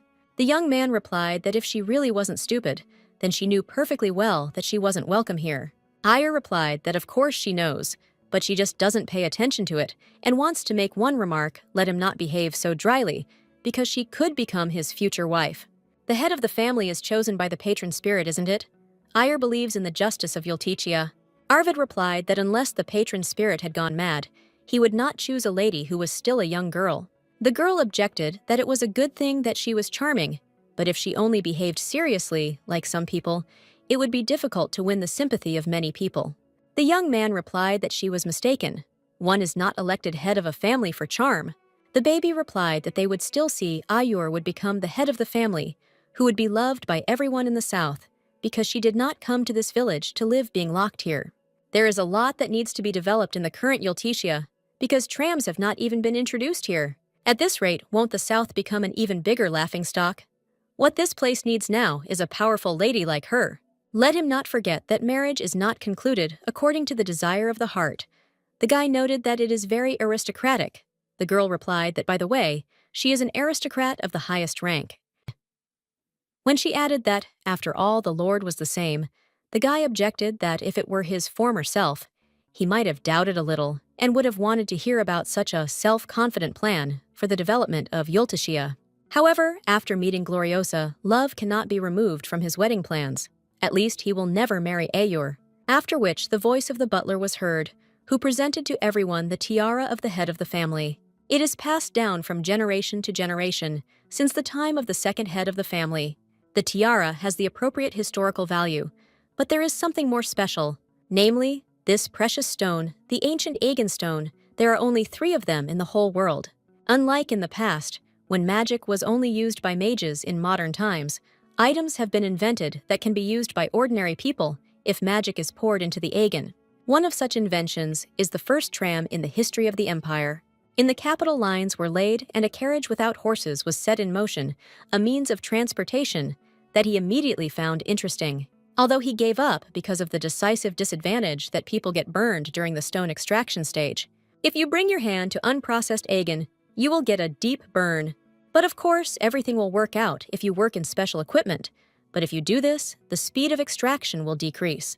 Of course, stone is a consumable material. In order for a tram to move all day without stopping, it is necessary to spend a huge amount of stones. I wonder how the regent managed to obtain such a quantity of material. I need to find out. Then he noted that the second candidate seemed to have shifted her attention elsewhere. Gloriosa was also in the midst of a conversation with the aristocrats. Will it be his turn soon? It seems like tonight will be a long night. After some time, the little girl thought tiredly that who knew that the banquet would end. Only now she met too many people at once. Suddenly, a young man appeared and asked if he could disturb her for a moment. He came because he was worried, because today's banquet was going to be long. When there was no answer, the guy stated that he knew she was very tired. Yawning, our heroine tried to pretend that everything was fine, but then she suddenly laid her head on the young man's shoulder. and fell fast asleep.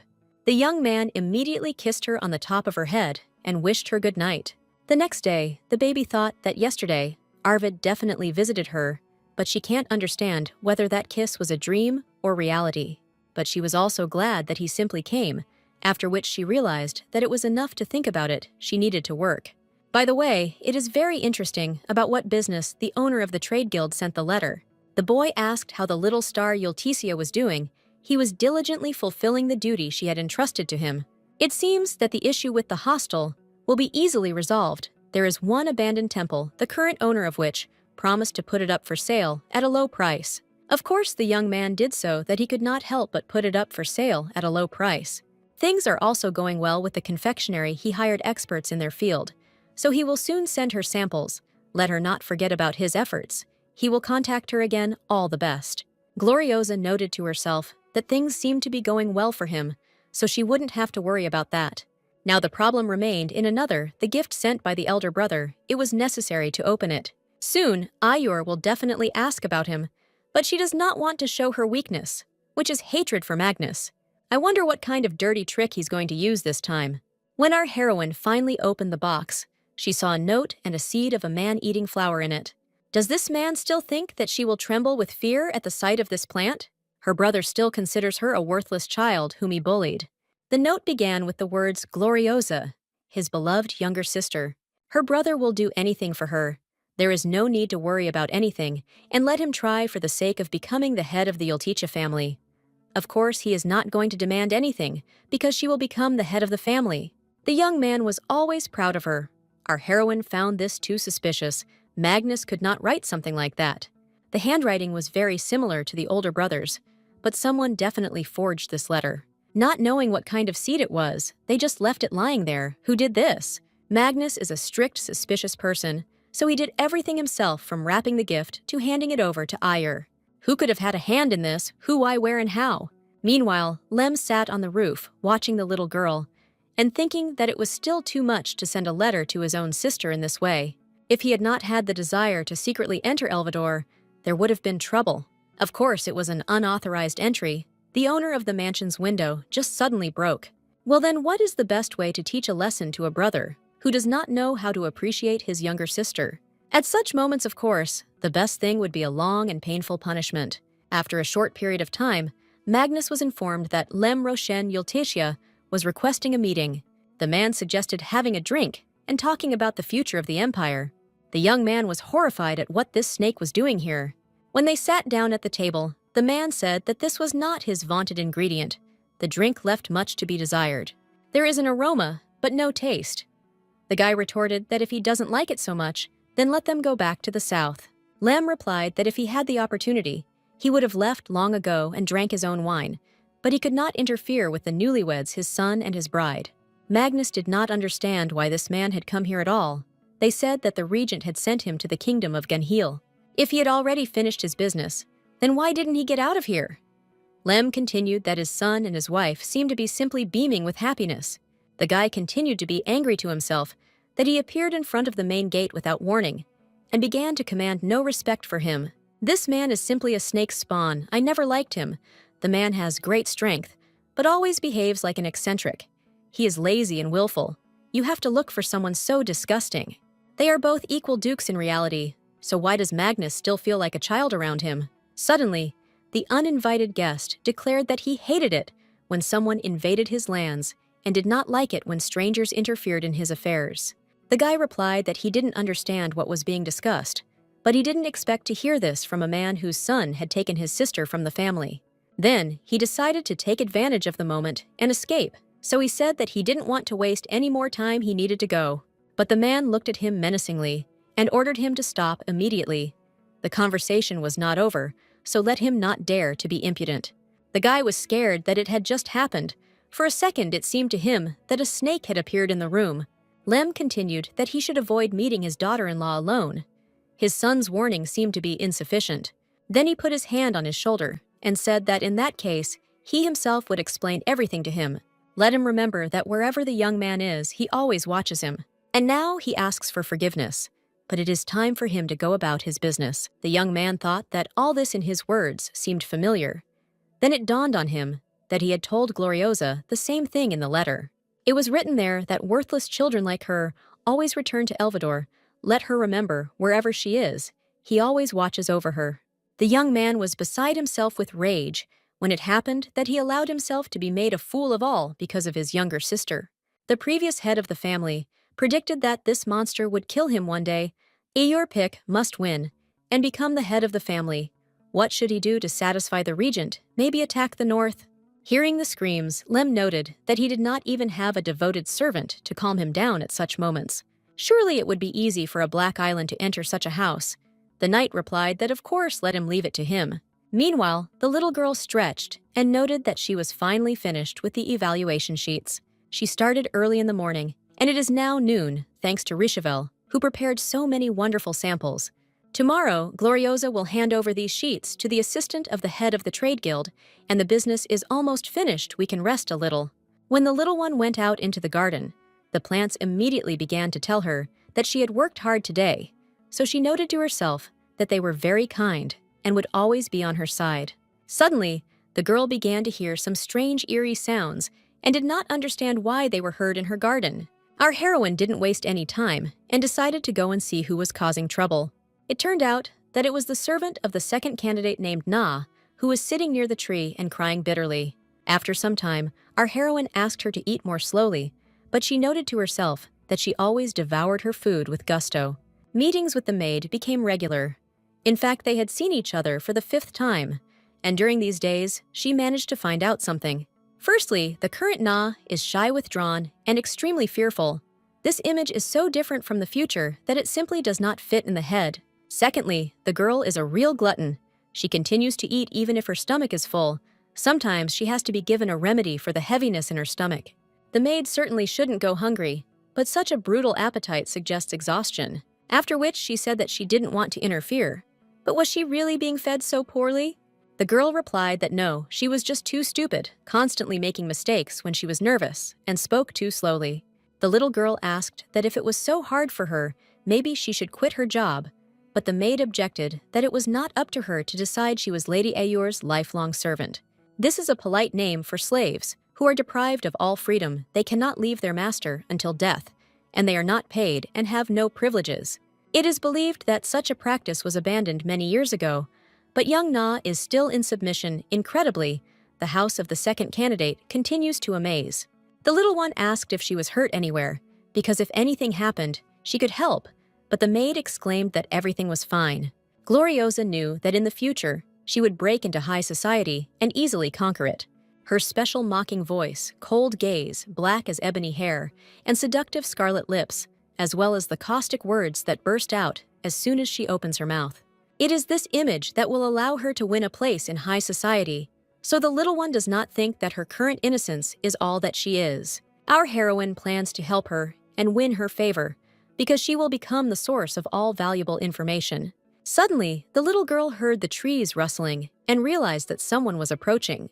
When Gloriosa came outside, she saw the emperor, who said out loud that he wondered if he would be scolded if he risked trying every fruit. The girl replied that of course, although he had already picked too many. The guy exclaimed that this was a red star.